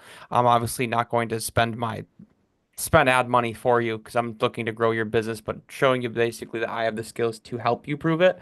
But you just need to be able to spend money on ads so that I can actually show you how many sales calls that I can book you. That's basically all I say. And they're like, oh yeah, that makes sense. And that's basically it. That's all. right. It's not as complicated as you think, but I remember I would just have discovery calls and that would kind of be like the ending point of it. But you'd have a really good like idea if they had money or not as well from like the DMs, because you're kind of qualifying them up a little bit, um, and then uh, on the actual call, it's like a 15-20 minute call. But that's basically it. And then I don't know, I never took the sales call. I never took the sales call unless I knew that they would have the money for the trial. That's why like once I booked the sales call and they showed up, every single one of them I've closed. Like there was not one person that I did not close. Same here. The sales call is not to like, you know that they're gonna pay. Like for me, what I Yeah, would do, yeah, exactly, I exactly. I didn't do a discovery call. My way, what I did is I would talk, I would get a conversation going, and then what I did is I sent people a Loom video. Remember the Yep. Loom video I sent you, Ryan, months and months ago? It's the exact same Loom video, exact same format, except at the end of the video, instead of me saying, "Hey, here's what to expect on the call. Here's what to expect on the trial. It's gonna be $250. Here's what I'm gonna do for you. Da da da da da. Are you in? Or are you out?" Oh, I'm in, Kushik. I'll do a trial. Awesome. Then at the very beginning of the call, I collect the deposit. I do all this stuff. So it's like you already know, you pretty much already know you're gonna get paid. You figure all that out on here. Yeah, cool. Yeah, I get all that. I guess it just seemed like a lot of money to get a PT, a client, like a client. So to acquire a client for a PT. Yeah. Like I What's said, the I think here's what I'm telling you guys. With Jeremy, what's your cost per acquisition for Alpida? 200? It's like 200 and something right now. Yeah. Dude, I'm fucking telling you guys. I'm making some Hormozy shit up right now, bro. Like I'm not even fucking around. This is Hormozy shit level stuff I'm sharing with you guys. This right here. If you guys screenshot this will make you guys millions of dollars. I promise you guys. This right here. If yeah, you what's the semaglutide? Semaglutide, you know made what up that word. is, so have you heard of Ozempic? Oh, what? Ozempic? It's basically drugs that you take, Ryan, that lower like blood sugar levels and it helps you lose weight. You take it, the average person that takes it loses 20% of their body weight. Shit. Average person. Not high, not low, the average. It is better than fucking anything that exists right now. So like literally you do a 6-week challenge. Hey, I'm looking for women that want to lose weight, lose a certain percentage, 6-week challenge. And like cost per acquisition is like $250. Like that's what Jeremy's telling you. Jeremy, it costs him $250 to get one person to say yeah to his client. So I promise you guys, if you do this for personal trainers, it would cost $250 to acquire one customer for them. Mason, I know you're doing the follower stuff and this and that. I promise this shit would fucking work. Promise you. We would have to talk about it because I have a lot of stuff that I would comment on about this. Okay. So, anyways, my thing is, I think you can do it for $250, but it's a completely different mechanism, it's a completely different machine. It's completely different what Mason is doing. It's very different. It is something, if I were in your guys' shoes, personal trainers, I would definitely be exploring that. But what Mason is telling you is that it costs him about $500 to acquire a customer. His strategy. And if you can bring it down, like bring it down, right, Ryan? Like if you can bring it down, like that's the person that can figure this shit out, the person that can do something different, bring the cost per acquisition down. That's what's going to separate you from everybody else. Yeah. I have a strategy, Ryan, that if you used it would probably bring it down from when I was running the trial too. Sweet. I think Okay, he's happy to referring to discuss cost that. per acquisition for personal trainers. Hmm? He's referring to cost per acquisition for personal trainers, like to like service delivery. He's talking about that. He said he's No, I know. Hold on. So yeah, Mason, your figures of 500 per client, that was for service delivery. That's for a PT getting a client. Yes. Yeah, okay, cool. Just make What sure I'm I get that saying right. is like I think a safe number would be 500, but there's a strategy that I know would work that could possibly be even better than 500. Like it could be as low as 200. Yeah. But I can't, like, I'm not going to guarantee it to you. I'm just saying it's very much possible. I haven't tried it myself, but I have ran these ads, these type of specific ads I'm talking about for my clients. And I think this lady, she booked like 4 sales calls within $100. So it's like, dude, if you can close, like, there you go. Is that the most, that's not the most recent ad that you just did that you sent me? Uh, no, because that's different.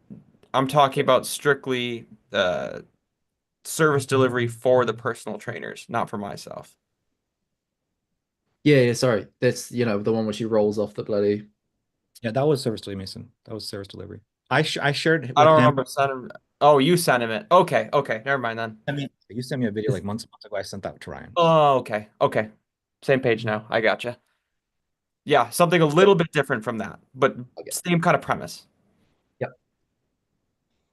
So yeah, Okay. you and Mason, you guys work at trying to decrease cost per acquisition, increase lifetime value. Whoever figures that shit out is, that's the name of the game.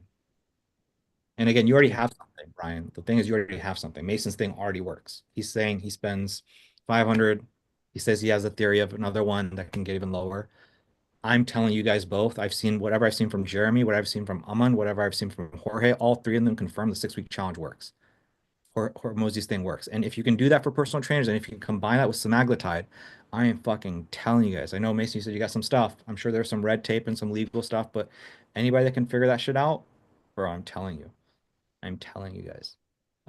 But you already are starting from a good place, Ryan, because again, Mason's got you in terms of $500 cost per acquisition. He's already got you. So the main thing to understand, here's the key. Here's essentially, I feel like we're running in circles. Main thing to understand is you run this funnel, you get a personal trainer to say yes to you. They should be spending about $300 to $500, or else they're not going to close a deal. And if they don't close the deal, they're not going to move forward with you. That's the key takeaway. Okay. Yeah. So yeah. So Mason was collecting basically $500. So is that going to be enough? If you collect $500, is that going to be enough for you to get the results? It's a good starting place. So this is the trial offer. So again, paid offer is just regular ad, go to your calendar page, confirmation for discovery sales call. This is much more scalable. If you figure this out, I would be moving towards this. This is what I was telling Mason, by the way. I was like, hey, man, like this is too operational complex. We need to move to this. If you really do a few reps of this, if you get like 5, 6 clients from this, which I think you should do. I think you should do this, get in a habit of it, work with a few different people, get yourself like 5, 6 clients, and then potentially move to this. Now, the third thing I'm going to share with you is this, which is a trial funnel. So it's basically an ad, counter page to confirm whatever. But the thing is, you're offering a trial. So it's the same thing. It's like an ad. They go to your calendar page, they go to your confirmation page, and then from there, everything else is the same. You do the discovery call, sales call, all this stuff stays the same. So that's why I have the 3 different call to actions for you here. That's why I had those 3. Yep. We can test all those out for you if you want to test all of them out. I don't know if you want to, or if you want to just do one of them. But yeah, what's brewing in your head?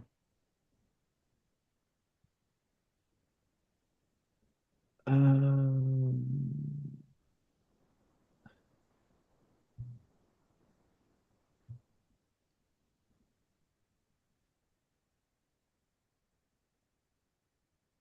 Not a hell of a lot.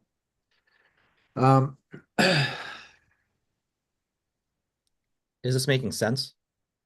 Yeah, it is. It is. Do you feel pretty good on? So I know again, there's the technical issue of like, hey, what Facebook ad account to use? Like aside from the technical, but do you feel like do you feel pretty comfortable with the overall strategy holistically? Like, oh, I think I feel pretty good about the strategy. Yeah, about that whole strategy, absolutely fine. No Okay, good. qualms. That's okay. Yeah, Good. Good.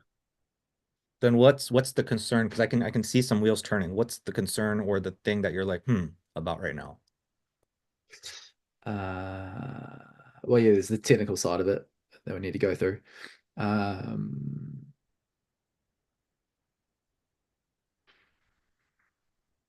Nothing's springing to mind. That's the DM. That's the funnel. That's the funnel. No, I think it's just the real minute detail stuff as I come to each one, which isn't. I got no questions for them now. It's more like they'll come up as I get to it, as I cross that bridge. So I know that you and Mason have some stuff, and I think let me get through Cam and answer his questions, and then I'll kind of leave it up to Mason and do some tech stuff with you guys. Do you have questions for Mason that like before it gets in like hands-on involved? Do you have questions for him?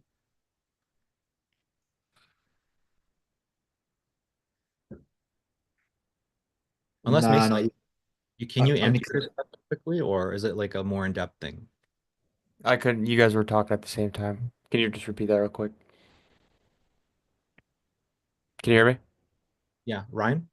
Or I'm sorry, what I was asking was the question that Ryan has, is that something you can do with him really quickly, or is that something we should reserve for at the end of the coaching call? Reserved for the end of the coaching call would be my answer. Cool. Then in that case, anything else that you have for me or Mason before we move on to Kim?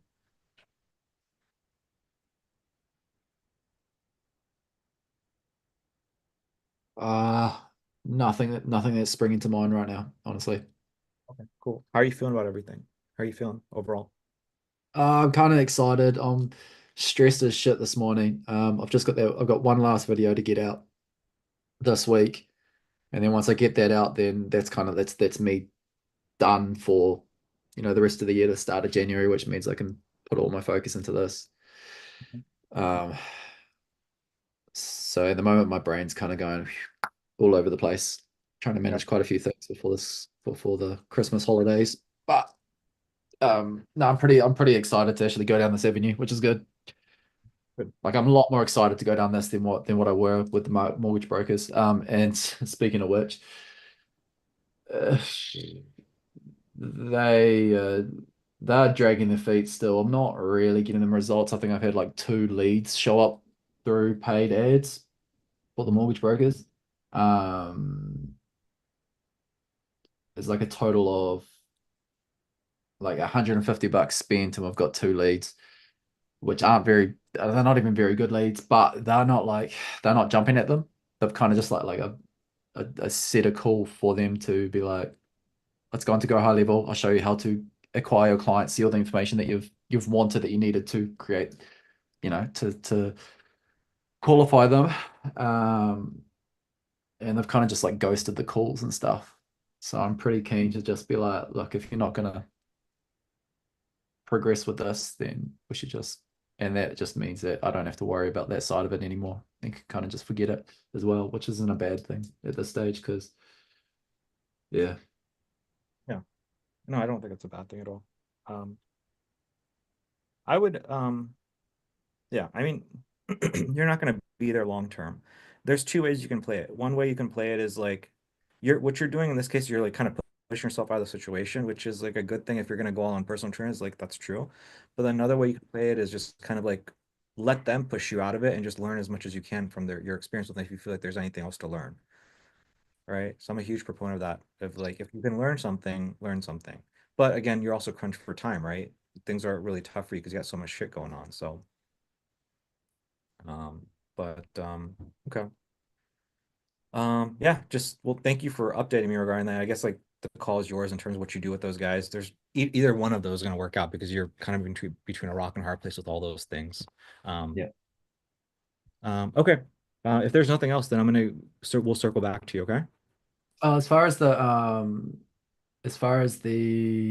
funnel, Yeah. so I am using I was using the snapshots from, because you had some gym ones there, but I think they were for like ads for gyms, weren't they? The templates, like free gym transformation and stuff. Yeah, don't worry about those. Don't worry about those funnels. Ignore those. I'm kind of I took the snapshot from the MedSpa acquisitions. Is that the right one? Yeah. I should Yeah. mimic it off it. Cool. But no, absolutely fine then. We're good. Yeah. The one that has like Aman in it. Yeah. Yep. Yeah, that's the right one. Yep. That's the right one. Sweet. All good. I'll hang around.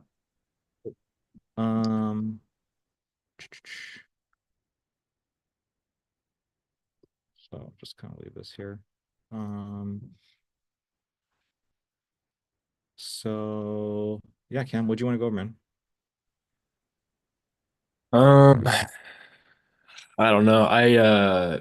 So I turned my ads back on, I think Tuesday, then like 0 leads Wednesday, Thursday I got 2, and then Friday I had 9.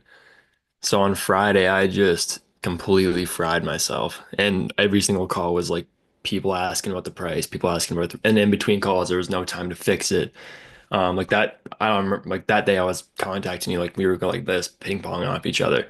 Um, so I kind of just like beat myself and fried myself. I still feel like I haven't really caught up from Friday. Friday was just like so much new stuff in testing and it didn't go great. And now my leads have kind of dried up. I don't know, it's just a weird thing. Um, it was kind of a rough time for that to happen just because of if I book sales calls, there was 2 days there where it's the weekend. So I took one call Saturday morning, but then I had to go for do stuff over the weekend, so I couldn't book those sales calls. So it's those 2 days to um let those some of those leads get cold. So I think I have like maybe one tomorrow, but I doubt that any of them are I think I booked like five. Um yeah, I don't know, it's just been rough. I think I just need to um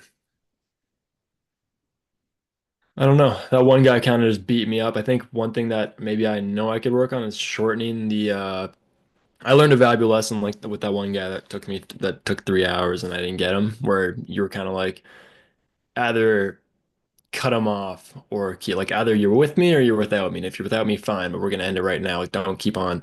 I should have ended it like way long. I should have been more harsh with like what the requirements, not even the requirements. I should have just been like, oh, okay, it looks like you're going. I'm not gonna call you back when you're back from Florida. This is how it is. You only get one of these calls. If you want to contact me, make sure you put it in your calendar. But I can't promise you we're not gonna have somebody in your spot when you get. Like, I don't know but I just didn't say any of that. I was just trying to get him the whole time. Um, yeah. Yeah, I don't know. Kind of share my screen right now because I kind of reframed my sales call.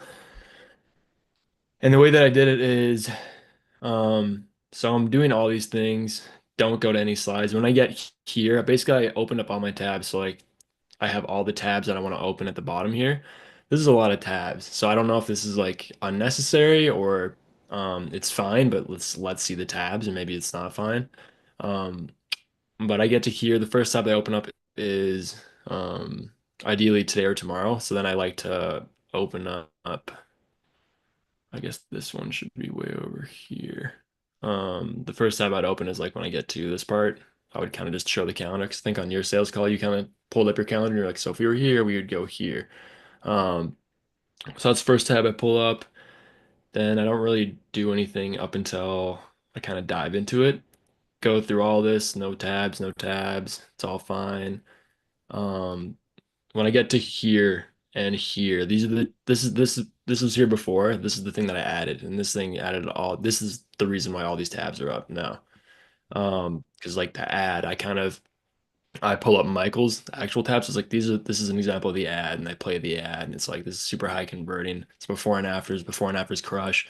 It's interrupt marketing, right? So we want to keep the video really entertaining. As you can see, like look how much crap is coming out of that vent. That's why it works.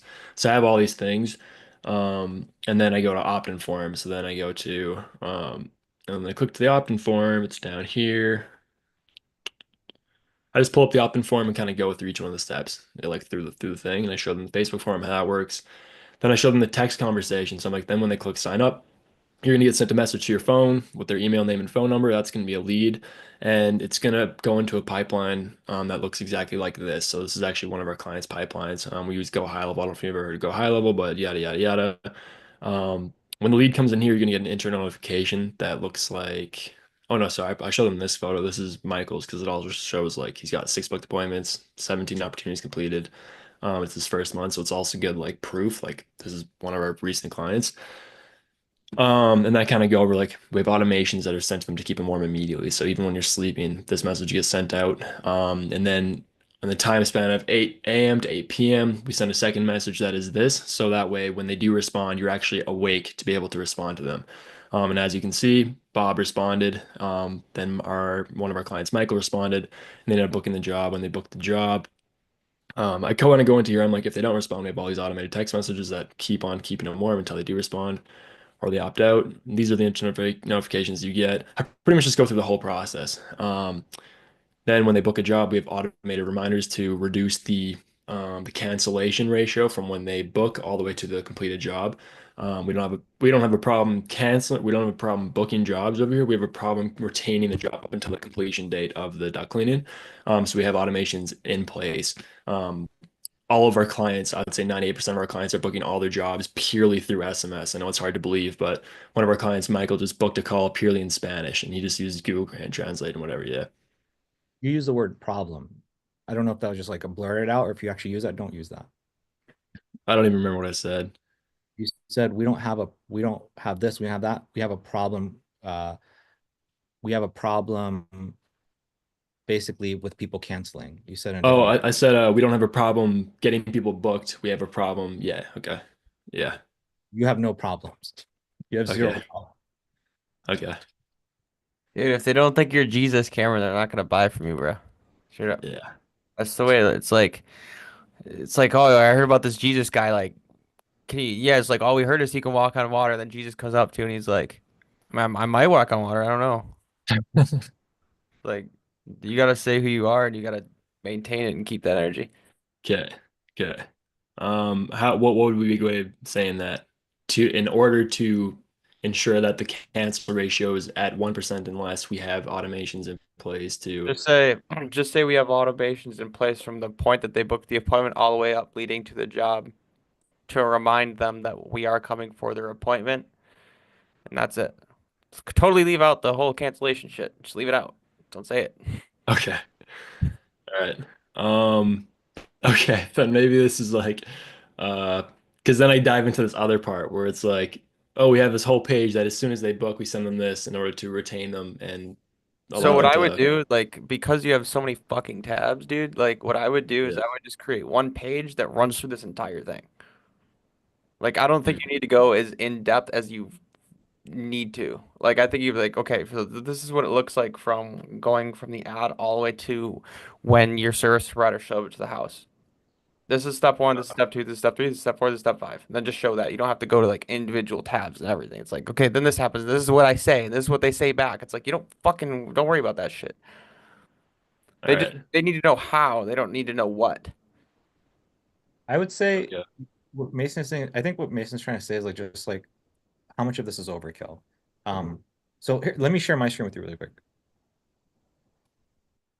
So, you just, you have, it's a fine balance, right? So for me, like, maybe you remember this, maybe you don't, but like for the six figure and the 6 week sales funnel, I'm like, okay, so here's what we're gonna do. We're launching here's the ad, and then it goes into our funnel. People click this link right here, we'll download into our funnel, their counter opt-in page, whatever. The opt-in page, quickly run through it, application page. Thank you. So I do the same thing you do, right? I do the same thing you do. I go in depth. But I guess I have it organized so that it flows. It's very fast. I think maybe that would help you. Like I don't like I think that some people do not give enough information. I don't necessarily think there's anything wrong with it unless you're doing it in a way that scares people or it feels like it's work or they get lost into you. So does it feel like work? Does it scare them? No. If so, then that's not good. Does it does it scare them? Does it make them feel like it's a lot of work? Are they not following along and falling asleep? If it's any of those, then yeah, don't fucking do it. But if you're doing it in a way where you're engaging them, you know for sure it's helping them see it and understand it, like I don't think there's necessarily anything wrong with it. Um, so I think Mason would just speed it up and be careful so that they don't fall asleep. So, anyways, Right. Right. Okay. I just want to share with you like what I do. So you know how you said you have all those tabs on. So I'll show you, for example, my sales call, right? So 1, 2, 3, 4, 5. That's me going over the database. 6, 7, 8, 9, 10. There's 10 right there. So yeah, I mean, I fucking have like 15 tabs that I go through as well. So I don't think you have too many. But anyways, if you want to pull yourself back up and show what you're saying. Yeah, that's the thing. It's like it was like my first time, and this is me doing like it all by myself. Basically, my idea behind pulling up all the tabs was so I could run through them in chronological order of exactly what the system looks like. I kind of bring them through experience of what a lead goes through. And in my head, I was kind of like, the more detailed I get, as long as it's still stimulating, the more they're like, holy shit, there's so much shit that this guy's built out that I don't even have to do. I That's think kind of that's what my angle was. I agree. Like if you can get them to feel like fuck, that would be a lot of work. So those are some words you sprinkle in, by the way. Sprinkle that in there, like, hey, so as I'm going through this, don't let this overwhelm you. This took us months and months to build out, but don't worry, we've already got it simple, templatized and all that stuff. So we'll just get injected into your system. So now you're creating some of that fear and doubt in them. So good. That's good. Yeah, okay. Okay. And yeah, and then I kind of go into like the post nurturing thing. That's where that kind of pops up with like the automations, the reminders, and then this video to kind of lay out expectations is what to expect for the call. All you got to do is replace your logo. And what I do is I bake in a different link to continue the website and boom, this is your page. what this does. If I usually I sent the guy that I did this one time with the link. He's like, yeah, that was super cool. Like I don't even know if this works yet, but I just like it's a nice thing to have. Um, But when you go through all this, I guess my question to you is this is like, why are you sharing? First of all, like, why are you even sharing this? I know it seems like a cold question, but like, why are you sharing this? What are you hoping? Do you feel like there's something wrong with this, or do you want feedback on it? Like, hey, or like, hey, Krishi, I got so beat up. Am I doing something wrong here? Like, what is the objective of you sharing this with us? Because I like what you're sharing. I'm just wondering where's this coming from, like in terms of like, what can we do? um, well, it's kind of like it's kind of hard to. I think I only did one sales call and it was like 3.5 hours long, and it was after the new changes, and I've only had one, so who knows? Maybe it was just I didn't kill the conversation fast enough, and if I did my original sales thing, it would have been the exact same amount of time. I don't know. It's just this thing is one thing that I added, so I was like, maybe there's just some random shit up here that's not even helping at all. Um, yeah, that's kind of where it's at. So it's kind of I like think a you just gotta. I think you just got a bozo, man. You just got a bozo, and you were really chasing it hard. One thing you could do, Cam, is you could go back to like your some of your calls that you really like that you felt like, hey, this is I'm not spending way too long, I'm not spending too little, and like go back to your call and like try to like cut it up, like leave comments and you say, okay, this is how long I spent on intro, this is how long I spent explaining, this is how long I spent this time, and then go back to that call with that guy with the bozo and then break it up as well. Like here's how long I spent, like, and then you can see yourself like what happened at that call versus the other one. My theory is that it's you just had a weird case. What I'm seeing different here versus other ones is like this part right here. This part right here, where you're going more in depth versus you didn't have that before. You didn't have this stuff before. So how long is this taking you? Do you think like 10 minutes, 15 minutes, this part right here? um I don't know. I mean, before it was a little bit scrambled because I was like clicking on tabs, trying to find it was I was clicking on the wrong tabs, thinking that it was the right tab. It was kind of a little bit of a wish-wash, but probably 10 to 15 minutes, maybe. Yeah. Maybe. I don't know. It's such a blur now. I don't know. Um, So I but guess are you coming to this from a place of like, dude, I got really beat up and I don't want to feel that way. And how do I prevent that? Is that kind of where you're coming from? I don't know. I think I just got destroyed on Friday with all those calls, and there wasn't much to show for it. And I'm kind of like, fix it, but I don't think there's a fix it. I think I just got to do more reps of with the new tweaks. Uh, yeah, I don't know. I feel like I need a vacation, but that's kind of how I feel. So I don't know. It's whatever. I just gotta keep on doing discovery calls and sales calls and stuff, and just get better, I guess. It's just so weird. The first time I had my ads on, the same script, same everything. It was like 1 out of 10 people asked about the price, and I like complained about them to you. I was like, this is bullshit. Like how, and then you're like, you probably just got a weirdo. I'm like, yeah, you're right. And then I did, and then I turned my ads off, turned them back on, and then it was like 5 out of 10, and now it's like 10 out of 10 people are asking me about the price. And same script. I feel like it's the same energy. Um, I don't know. I kind of looked at the comments on my ads, and it was like there's some people like scam, what's the price? And I took those comments off. Still, the results were the same, like in terms of the people that were coming in. I was just thinking maybe somebody saw that comment before they went in. They're like, "Yeah, what is the price? I'm interested, but what is the price if this guy's asking? I want to know." Um, I don't know. I think maybe it's just the season. I know you say you're like you don't really feel the season impacted too much, but um, I don't Actually, know. I think the season did impact. Like after my conversation with you, I keep getting hit with that with Jeremy, and every single person keeps saying season, season, season. So I actually do think I take that back. I retract that. I think it is part of it. It's tough too because it's like half these, not half, but the one person I had a sales call with, that was one of his things. Like at the very end, he's like, "Well, if it was cheaper, or if it was like $250, like the agency that was horrible for me, then I would have gone with it because like I could pay for it while I'm away and like pay through Christmas just to keep things going." I'm like, "What did you think this? What did you think this was, dude?" Um, but he's like, "Yeah, there's no way I'm gonna pay for it because it's like in the holidays time right now around Christmas is the worst time for business. Like no one wants to get the furnace cleaned around business time because they got to have their door open for one for instant duct cleaning. And two, it's kind of like around the middle of winter. It's like fall season is hot because people want to get their furnace cleaned and stuff before they have the furnace on the whole time. Um, I think January will be better. You know, everyone's done holidays. It's kind of like, all right, first quarter, let's see what we can do here. Um, but yeah, right now it's not very fun. So I guess what's bothering you the most? Like you said, 1 out of 10 people said, "Hey, what's the price?" And you said 5 out of 10, and then 10 out of 10. is that one that is that what's bothering you? Yeah, I just if it seems when I like all the sales calls that I've had that have actually closed, they didn't ask about the price once. It's like they respected and they understood how these things go, where it's like I'm gonna hit you with everything and then at the very end is price. That's how it felt to me. And I think that's how it was. And that allows me a lot of flexibility to do what I want to do. But when the price comes involved, it's like, oh, I'm fighting this. It's like there's a lie in between us while I'm showing you all the goods.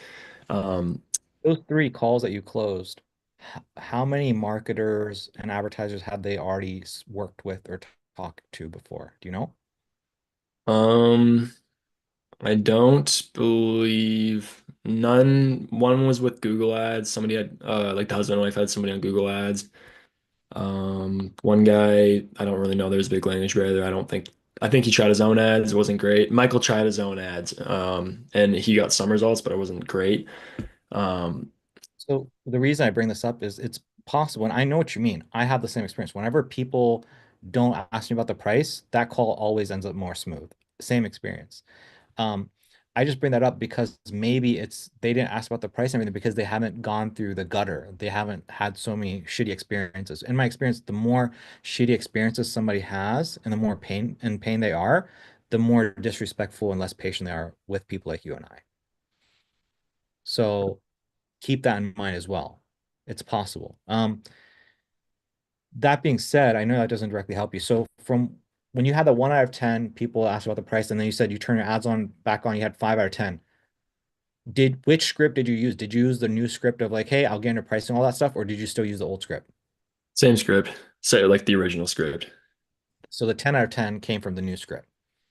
So yeah, revert, right? The 10 out of 10 came from like 10 people out of 10 times. Yeah, I mean, I'm exaggerating, of course, but that's in terms of like how it felt. Yeah. Um, So just go back to the old script and let's see what happens there. Yeah, I didn't even I looked at every single one of our voice notes and all of our communications, like every like first letter to last letter, except for that voice note. So I didn't even realize he put all those things at the bottom of the document. So that'll be really helpful. I like the idea of just doing my original stuff and then having some stuff in the back when that does happen. Um, Yeah, I think those scripts are pretty good in terms of the what you mentioned. Yeah. yeah. Um, yeah, I don't know. I think I just gotta yeah, and in the 2083, anything but the $1,000 trial right now. I know like I gotta do a lot of these calls for me to have like a fair thing to say about that, but right now it just seems impossible. Um, Charge that. sorry? Charge the 2083. Yeah, the 2083, the prepayment, no shot. It seems like almost my strategy should just be purely um like if Small. I like if one of you guys died or whatever, I think my only strategy would just be to go pure service delivery and then I'll just do the free trials, allowing the second month to happen because I've gotten such great results. Like it seems like that would be the fastest in to getting a lot of clients, learning a lot, and just Yeah, then baking do it. my funnel based off of them going into the second month after getting all the results. Um, Yeah, no, do that like then. it's some should I just put like all my energy into duct cleaning ads, just try to make them better and better? Um, Or like what wait. would be the best, like where can I Oh, put my energy best in order to like get the best service delivery, you think? yeah, it's just getting more clients and doing more reps, more volume, and for us to like figure out what the issues are and one by one.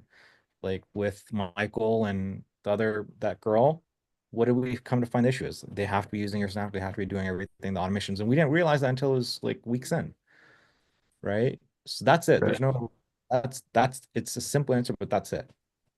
All Here's what I think is going on. I think you got beat up, man, and I can see it on your face. Um, and what I would say is just go in there. You know, it sounds like you need a little bit of rest. You need to recalibrate, and this happens from time to time, man. And I would say just go back in there, do the original discovery call. The sales call does not seem to be an issue. Learn from this guy who's a fucking shithead. Don't let that happen to yourself again, right? Now that you've experienced it. Um, and then that's it. And then in terms of like service delivery, you're doing the right thing in terms of like course material, all that. Like that's it. Like whatever we spoke about last week and the week before, that's the path you should be on. You just got beat up a little bit. That's it. Don't let that get to you. Don't let that like um fuck with you. I don't know a better word to say other than that. Like, or like just recalibrate. Like that's what you need, I think. I don't see a cancer brewing. I don't see anything terrible.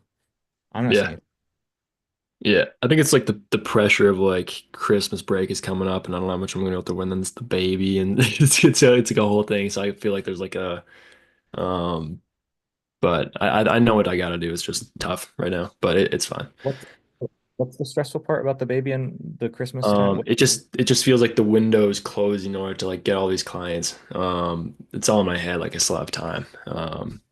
It's, Uh, I think, that's a week or 2 weeks ago. Me and we were talking like, hey, go home for these 3 weeks, and then that was me just trying to help you maximize your time and energy. But yeah, that's make believe, man. Like, there's no such thing as you got to close like 2 deals, 3 deals, or whatever within these 3 weeks.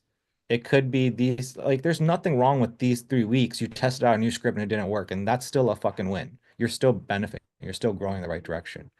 So I feel like I'm giving you a lot of like woo-woo stuff, but it is true.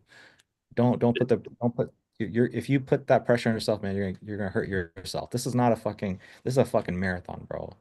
Like years. Don't try not right. to. Yeah. Yeah, that's one thing that I'm struggling with. I'm like, I want it now. I want it now. Like when I get a win, I'm like, oh, it's just copy and paste. And then it's like, oh, it's not like that at all.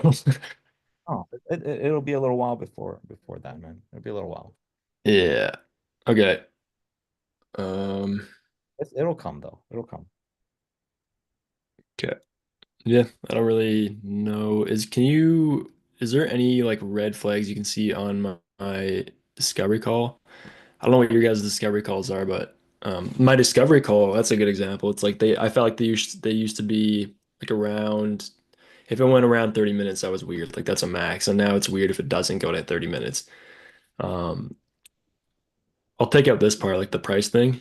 And I'll just stick to my regular stuff. One thing I added was this thing. I liked it. Like I talked to both of the Daniels, and they both said that when they brought up exclusive ads to the business owner, like you could see them light up versus like recycled ads or recycled leads, sorry.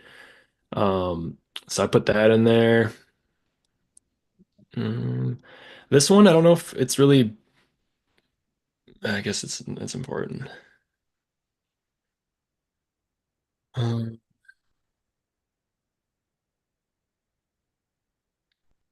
yeah.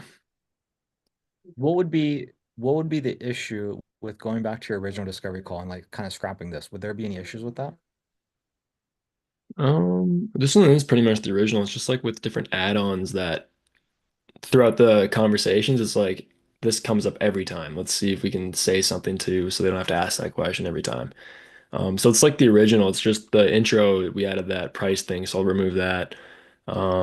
I might swap because you kind of almost like you rewrote my elevator pitch, so I might swap that out with this one because it seems like um, on the elevator pitch it always sounds good. Right after I'm done, they're always like, "All right, yeah, let's pick a date."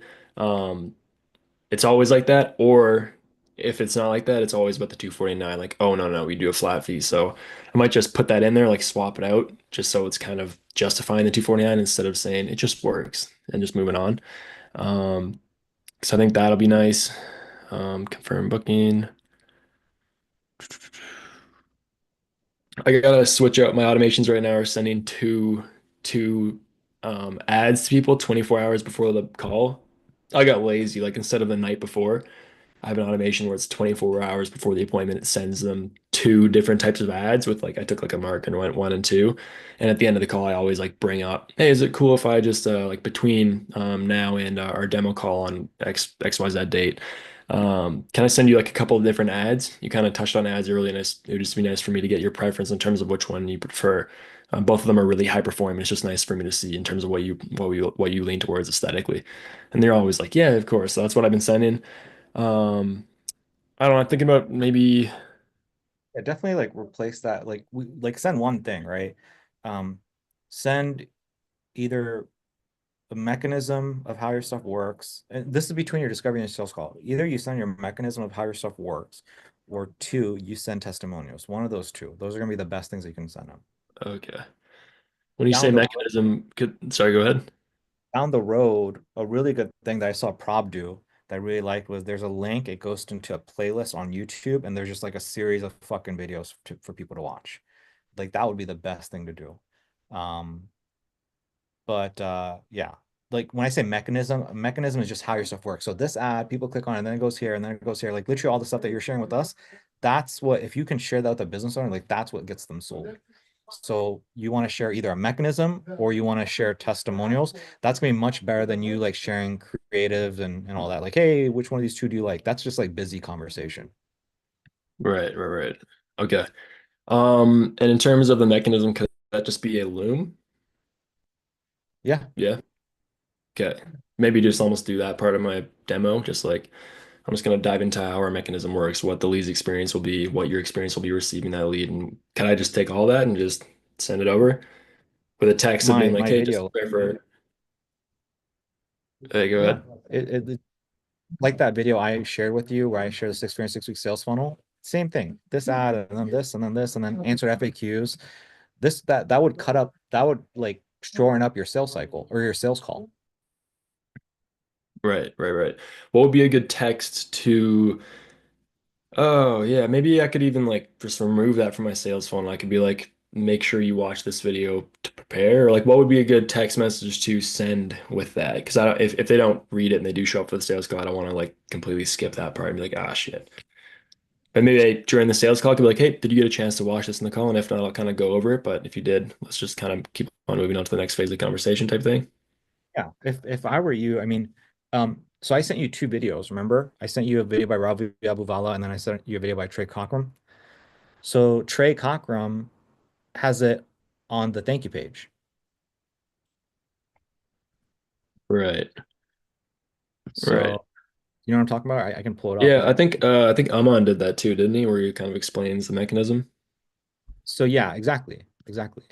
Um, What I almost want to, because right now I just have like my thank you page is like a couple of ads where I'm, or it's like a couple of ads, like here's what we did for one company, here's what we did for maybe should I just swap that and be like, here's exactly what our mechanism looks like in order.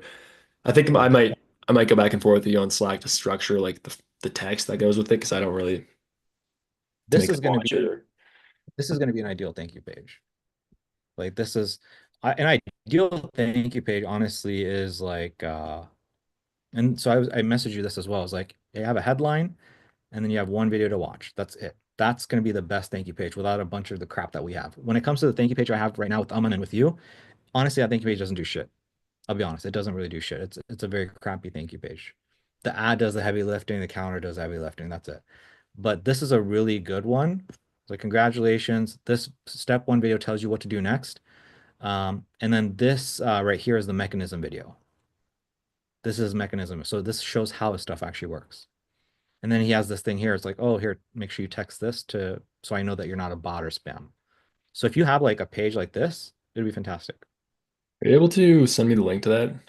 Yeah. In fact, I'll send you this link. This goes over the entire funnel from A to Z.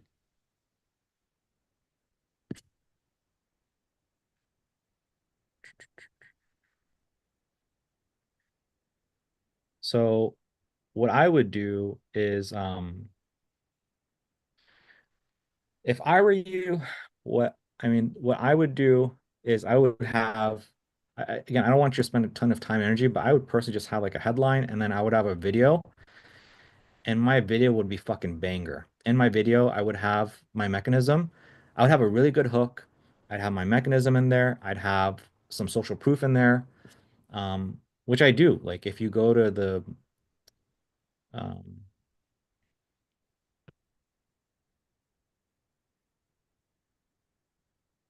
like, I mean, I do the same thing, right? I have, uh, if this ever pulls out.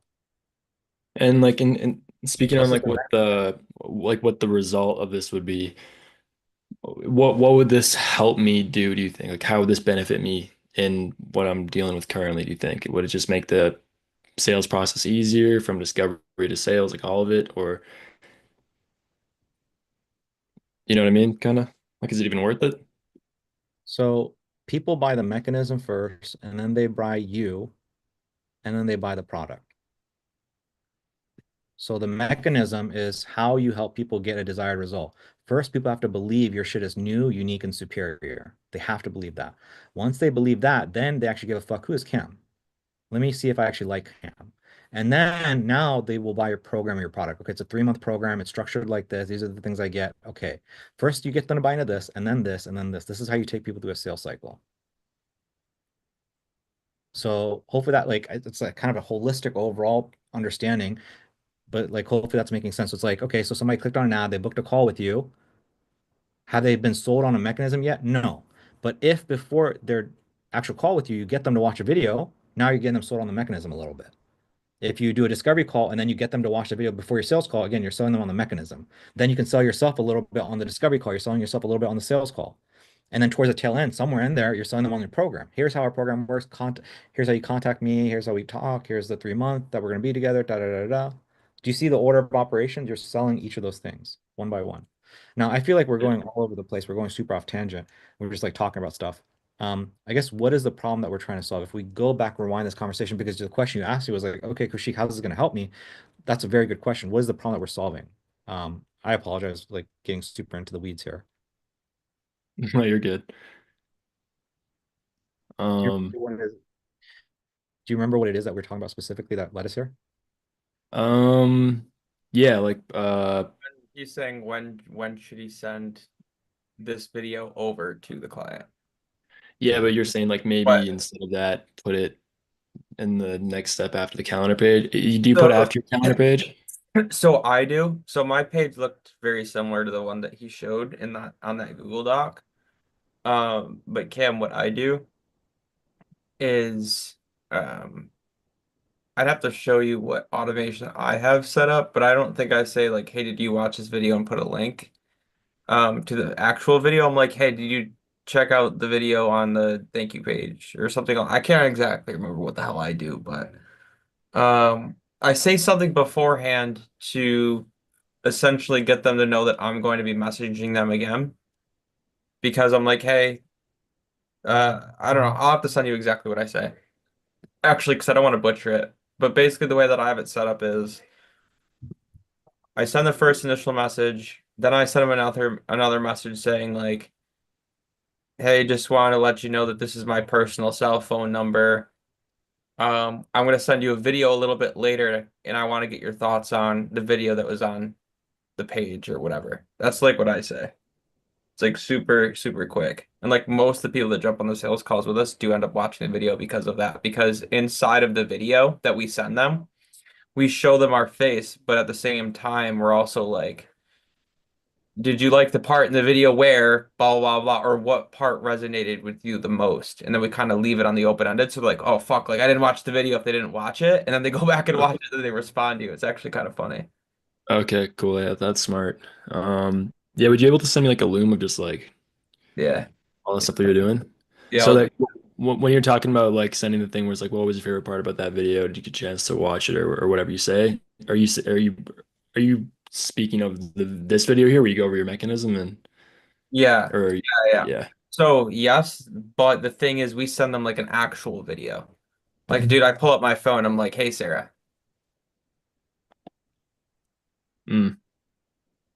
Okay. So How do here's the you thing. yeah. Before we get super into the weeds, I'm sorry because I got in the weeds with you. Before we do all that, because I can see there's wheels turning, we gotta focus on what is the problem that you have and solve it. All this stuff right here is just gonna fucking overwhelm you. Yeah, well, I do like this idea because after watching that, you sent me those two videos, the one that was like an hour long with like the guy who's writing stuff on an iPad and stuff, and it's popping up like the one after this guy. I could see how that would make somebody like respect you and like really be more on the phone and really be watching their words and like be more like not even respect you, just put more value on your conversation when they book a time. Like they digest content with you, you're giving them value. I don't know. Like right now it just feels like people are like they treat me like shit, which is probably part of the process, but it's kind of like maybe this would help that out a little bit. Maybe somebody would be like, all right, yeah, if I have no money, this probably isn't going to work. Maybe not like that, but it just seems right now it's like they think I'm charging $1 for my services, and why the hell wouldn't I be charging $1 for my services? Like that's kind of the energy I'm getting. I think I just got to do some reps and get back into it a little bit. That's it. I think it's the I had this conversation with Aman. Every single person I have a conversation, they go through this thing of like things are working there, and then they get frustrated. And I sit there, and here's what I try to do. I try to do it with Aman, everybody. I try to work on their mark. I try to create content and all that shit. And then I tell them, and then 6 months later we talk. And I'm like, okay, what made the change for you, Aman?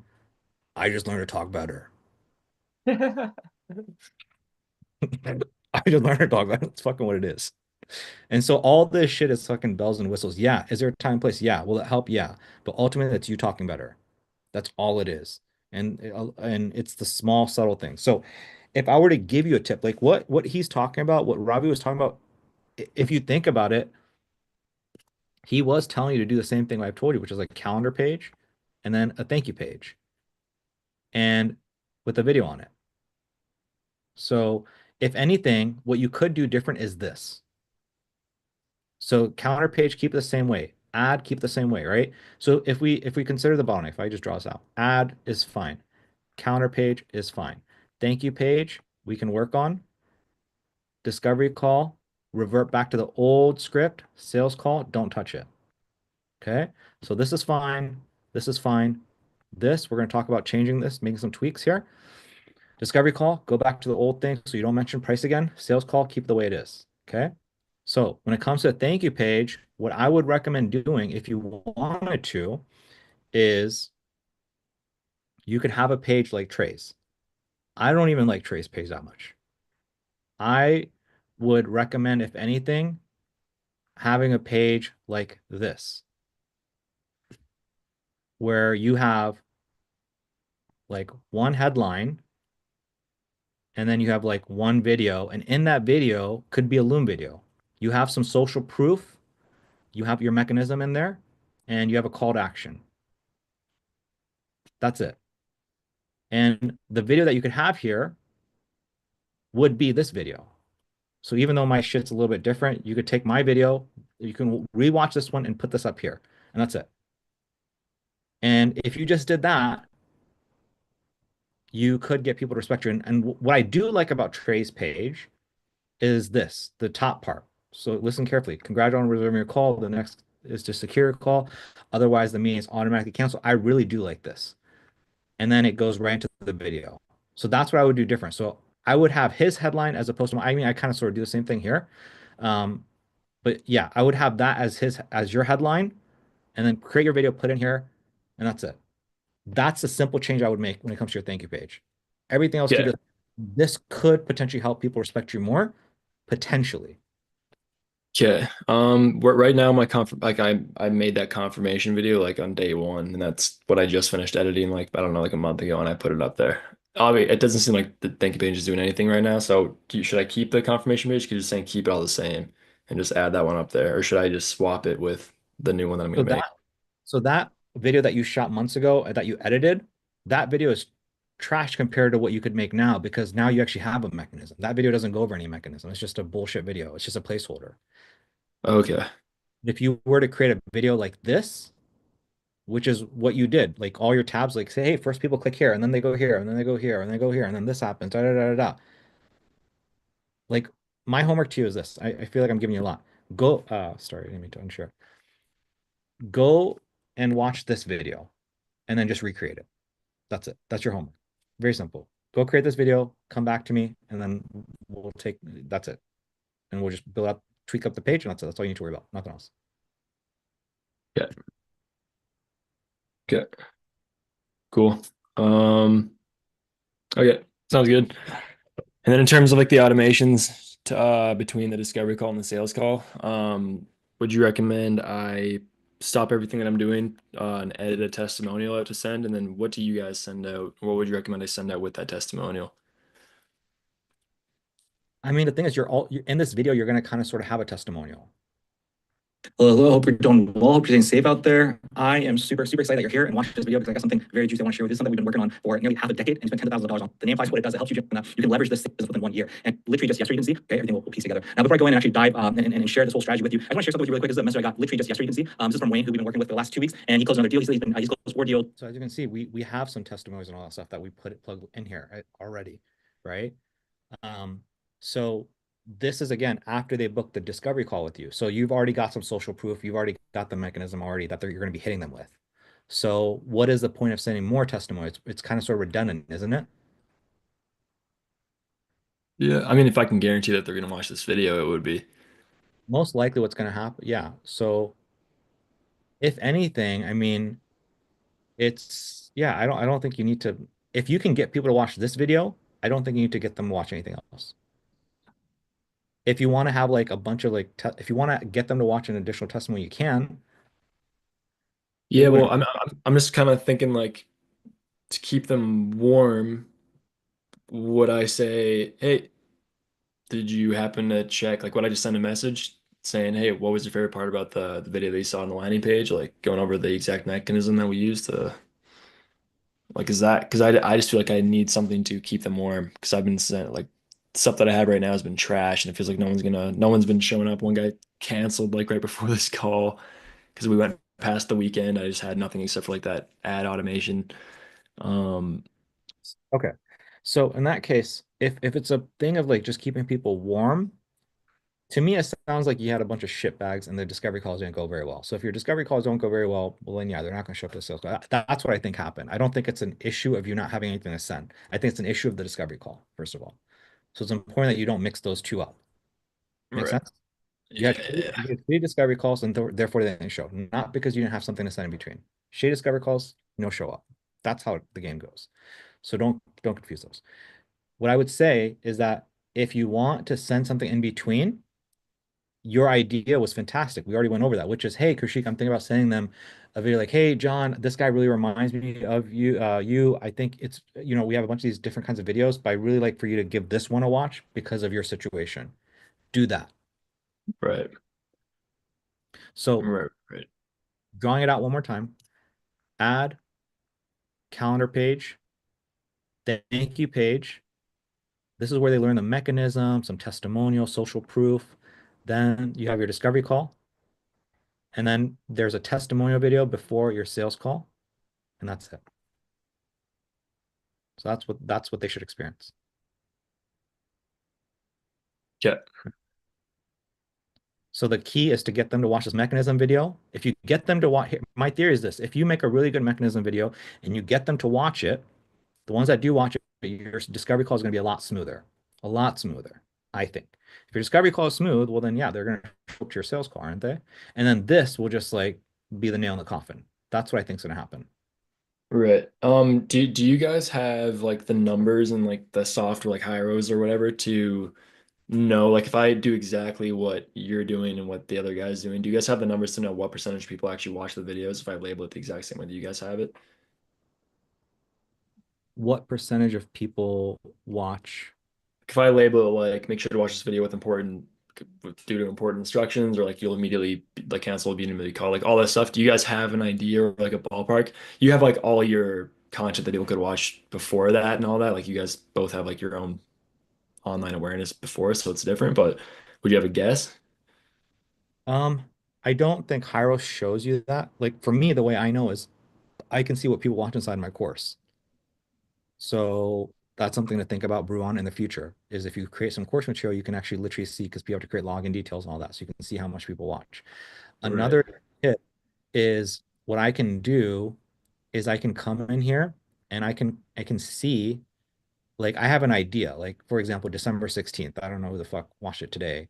But usually like I'll know, oh, I told somebody to watch this on December 15th at 4 p.m. Go watch it as soon as possible. So do I see something at 4 p.m.? Is it complete 100%? That's how I know somebody watches it. That's how I have an idea. That's Okay. then especially if they have Loom, well, then it always shows up. Right. Say it on the sales call too. Like that's one of the first questions that we ask people. It's like, hey, like, did the video resonate with you at all? Like, it's the first thing I say. And then even if you want to take it a step further, you could be like, because I don't want to like repeat myself, but there is some key things that I did share in that video that I think would be super beneficial for you to hear. And I don't want to just keep talking your ear off all day long because I know you're extremely busy and so am I. So, did you watch that video? There you go. Yeah. Right now, after somebody clicks on an ad and they do the discovery call, they book the discovery call, and before you have the discovery call, what is happening here? I know Almond set up some automations and some things like, what are you texting them or saying before, after they book the discovery call and before you have the discovery? What does the interaction look like? The interaction is a message gets sent out immediately. It's like, hey John, I saw that you just booked a call with me on this date. I just wanted to reach out and say hello. And they almost always reach back and say, hey, how's it going, or whatever. Like that, the response rate on that's been really good, like the highest than anything. And then 24 hours out, or at some point, the middleman is kind of like, um, hey, just want to make sure that we're still good tomorrow at this time. Would you like me to call you at that time, or would you like me to call earlier if I can sneak you in? And the response rate on that hasn't been too great, but they haven't said like no or like stop to unsubscribe. And then the last one is kind of like, hey, it's still good for 1 hour, I think. Yeah, it's good. You're still good for 1 hour. Okay, Uh, so let's go ahead. that's pretty much it, I think. So what's the conversion rate of people showing up to that discovery call? I don't have good data on that right now with like the new stuff I changed because we went over the weekend, but over the weekend it wasn't great. Maybe like 50%. 50% of people that book a discovery call show up? 50 or 15? 50 probably. Okay, no, it's fine. It's healthy. That's normal. Okay. Yeah. So 50% of people that book a discovery call with you will show up. Other 50% will not. So this is fantastic. So here's what I would do different. Okay. So, hey, how's it going? So the purpose of this, what I'm going to go over with you, is not to get people to show up, because people are already showing up, right? People are already showing up. It's fantastic. So right now you have the hello and you have the 1 hour before 1 hour. What you can do is you can inject something in here, which is like, oh, by the way, did you get a chance to watch this video on our thank you page? That is the one text I would put in there. And then you can really pepper them and push them to watch that video. This is your mechanism video. Then what's going to happen? Why am I pop quiz? Why do you think I'm suggesting that you press them on this? Why? What would be the benefit? Um, Selling the mechanism before they get to selling me. So yeah, you're pressing them on watching the video. In that video, you go over the mechanism. But why is that important? Why am I suggesting that you put an additional text in there and you pressure them to watch that? Why? Uh,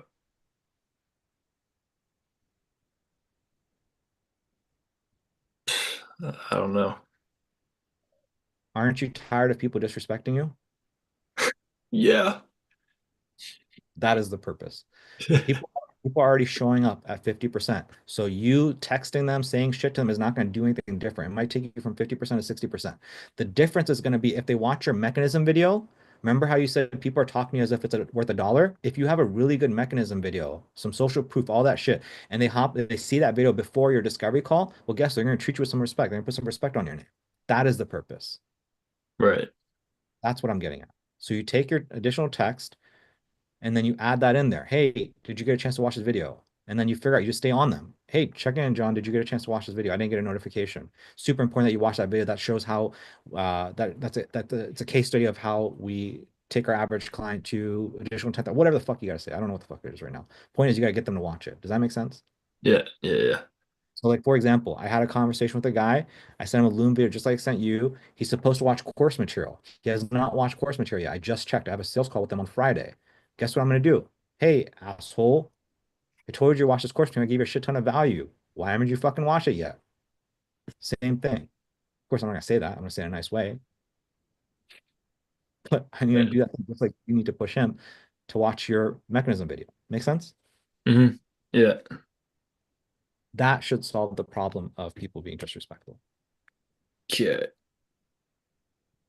Okay, cool. Yeah, another question. Like my ads have kind of dried up. Like the leads have kind of dried up. So I duplicated my ads today. So we'll see if that changes anything. For my client though, when I change out the ad, should I duplicate the ad set and then on that new ad set, change out the ad, or is it keep the ad set that's fatigued and then just change out the ad, like the creative? What is it consequential or no? I think what you should do is you should duplicate the ad set and keep the original ad in there so that the social proof builds. So Do you not know what I'm talking about? no. Um,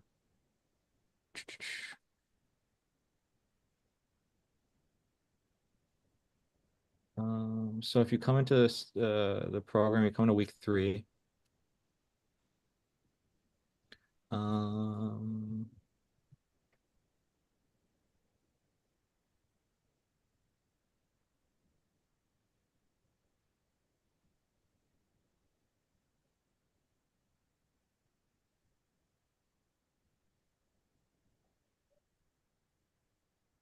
this video right here. How to duplicate dynamic creative ads versus non-dynamic. So I'll just go and share this with you. Just give this video a watch. Yeah. You don't have, you're not using non-dynamic, so just use that, whatever I explained here. Yeah. So you should do that, and then once that stops working, then you can duplicate the ad set but create a brand new ad within it. And you'll see what I mean. Just you would do the opposite of what's in this video. And then if that doesn't work, then you can create brand new ad sets with brand new ads in them. Yeah. Okay, sounds good. So duplicate ad set to increase social proof, and then duplicate ad set without social proof, and then ad set with new ads completely. So that's the order of operations. Yeah, I don't really understand like keeping the social. Oh, I don't know. I'll watch the video and I'll figure it out. Yeah, won't make sense for you. Okay.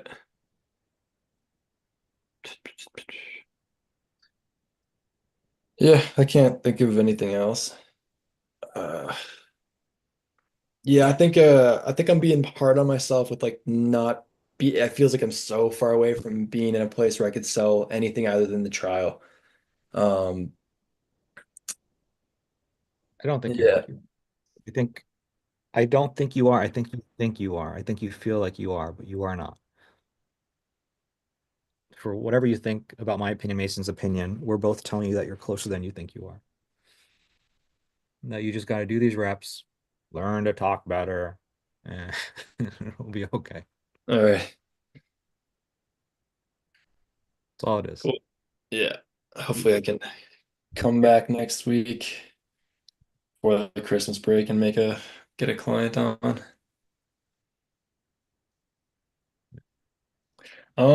I have almost like 100 leads now. What would you guys recommend doing in terms of getting people back?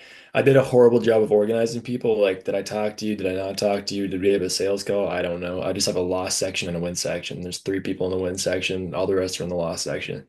Do you guys have a safe text I could send out to people like drip technique or whatever that you guys have seen other people use? Just like deals or like it just seems like a waste. So one thing is like, again, you're not ready for this right now because there's just, again, you're already stressing yourself out. There's already so much you feel like you have to do. So it's just an order of operation, just like that video by Ravi, right? There's an order of operations of things to do. The thing that you want to do, like, again, Mason is literally just doing this. He's got like fucking like 10,000 followers and he's just now creating something for them, right? So, you've got 100, you've got like thousands. So, like having an email sequence would be fantastic, right? So every single time somebody opts in, you're blasting with 30 days worth of emails. Like that would be fantastic. Having a YouTube channel, that would be fantastic. But that's not stuff you need to do right now. So I say that to you to say, one, don't stress about it, don't worry about it. 2, that's something you can worry about down the road. Now, if you're looking for a high leverage thing you could do, I went over this in another coaching call, which is at the end of this year, like you can actually probably do this right now. You can take all those people that did not convert and you can reach out to them one by one. I think I told Rodarte this, he didn't do it this way. What I'm saying is you reach out to all of them and you say, hey, John, I just want to reach out to you because we've got this offer so I just want to reach out to you because as we're nearing the end of the year, we have a quota that we're trying to meet. So we're offering a special offer. a hugely discounted rate to work with us, and also we're throwing in a bunch of bonuses in there. If you're interested, I can get you more details. And then from there, you push that to a sales call. And then on that sales call, you just close the deal. You just make an irresistible offer. You can do a trial where the fuck you want to do. So that's one way you can do it. So, and by the way, that tip I'm giving you, you do that literally every month. So let's say you have January, you have all these sales calls, whoever you did not close, but you felt was really close. At the end of the month, the last 7 days, you go through all those people and you do the same thing. You can do this every single month. Does that make sense? Mhm. That's what I would do if I were you. Yeah, and in terms of the bonuses and stuff, you just make it. I'm guessing they would ask like what discount or bonuses like why would I go to the next stage? I'm just blurting out stuff. What I'm simply saying is that the purpose, step one is to simply get them to, the main thing is just show them, get them onto a sales call is what I'm saying. Say whatever you need to say to get them on a sales call. And typically what people are saying is discount, extra bonuses. Now, if you don't have extra bonuses, well, then you at least have a discount, right? So don't worry about the bonuses if you don't have something you can throw in there, which you don't. You don't have bonuses right now. Right. Okay. Hey, look, we're doing a special offer. And even if you say bonus, they're probably going to forget by the time they get to sales call anyway. Okay. Okay. Okay. Cool. Yeah. I'll probably. Yeah. I'll just. Yeah. I don't know. I'm avoiding making more calls and stuff. Yeah. I just gotta build a bigger callus, I think. That took me out. I got like 4 hours of sleep the night before and then took 9 at a time and they didn't go great. And then um yeah, I just gotta get back into it. I mean, like, what I'm trying to understand is like you seem so beat up. I don't understand why. I don't mean to laugh, but I'm like, I don't understand. Like, why did it hurt? Like, you, I don't, I don't know. I think before it just felt so easy and then I don't know. I don't know whatever. I don't know. you This, look this like you got just the seems whip knocked out of you. I don't mean to be unempathetic. it's what it feels like. I don't know. Feels like I just got burnt out on Friday and I haven't recovered. It just went so. It seems like people like were one step ahead of me on everything that like they just got me. I got like 6 sales calls out of it, but I feel like I told all of them the price of it all before getting into anything. Um, just felt like they won on every single call that I had, and I was kind of like, ugh, if they win, then I won't be able to go to the next step, which is a sales call, and I have everything designed for specific reasons. So it's kind of, I don't know, I felt like I just drew the white flag like 9 calls in a row. And the sales call that I actually did get, it's like now they know the price. It's like I can't go through everything the way that I would go regularly. You told me like you've had one call where you brought up the price beforehand, and like that's the only time you've ever done that and it actually works. That's kind of like I don't know. Feels like I wasted a decent amount of leads, I guess. And it was so like fruitful to begin with, and it went so horribly. It just now I have no leads coming in, and it's like but I just got to keep on moving. It just it sucks, but Yeah. I would, you gotta, I don't want to spend a lot of time doing woo-woo stuff with you, but like I've come to find if you don't figure out how to handle your mental, like you will fucking burn. And it is important. So whenever, I don't want to spend too long here, but like whenever you feel like there's some kind of negativity, you gotta stop. You gotta catch yourself like, okay, this is stupid, or not stupid, this is a negative thought. And what you must do is you must reframe that into a positive thought, or else you will hurt yourself. So what I mean by that is the negative thought is, oh, it's such a waste of time. Oh, like all those, like literally all those negatives where you just said, you got to catch yourself and stop that. And then you say, hey, what I'm doing now is I'm collecting data. We had this old script. I've tried that. And potentially what the issue is the script. Now I know never to say that ever again. I'm going to try this other script. And I think that things will go back to what the previous numbers were. If you don't talk to yourself that way, man, you're going to hurt yourself, dude. And I do think that's the truth. I do think that's the truth. right. Yeah. Yeah. Yeah. I got like a little dark cloud around me everywhere I go these days.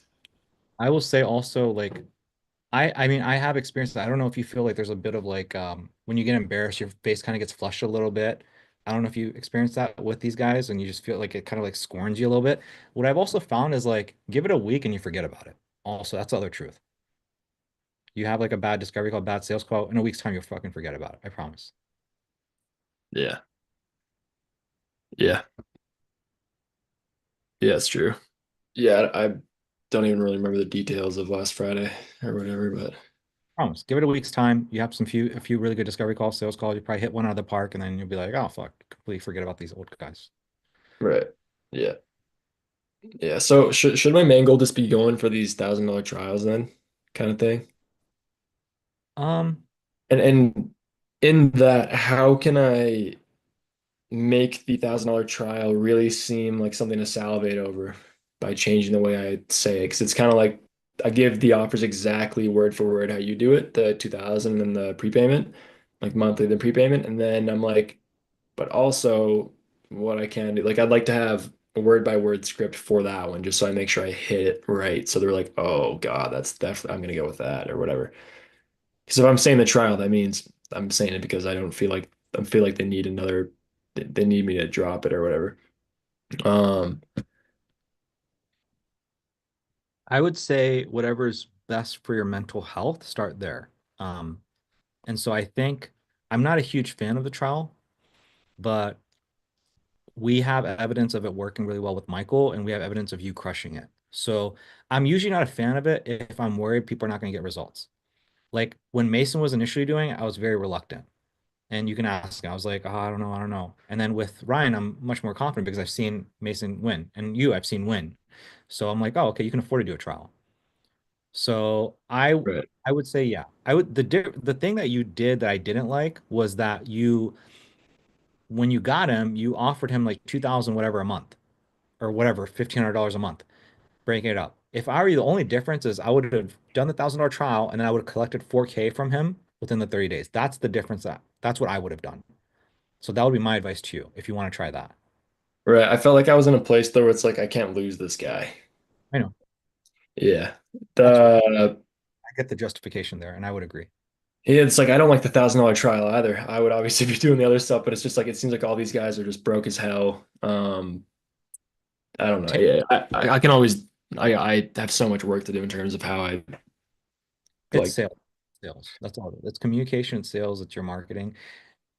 I will tell you right now, and for you and everybody else that's here, 9 out of 10 people that work with us, they put on their credit card, right? And if I can get a bunch of people to put on their credit card and finance it, well, then you can do the same. And I promise you, HVAC business owners have way more money than videographers, for sure. I Way don't know higher. if duct cleaners do though. Duct cleaning and HVAC is like What I mean is like your credit score, your ability to finance. Like right, I bet you most duct cleaning business owners, older people that have a higher credit score have access to more capital than me talking to a 22-year-old videographer, for sure.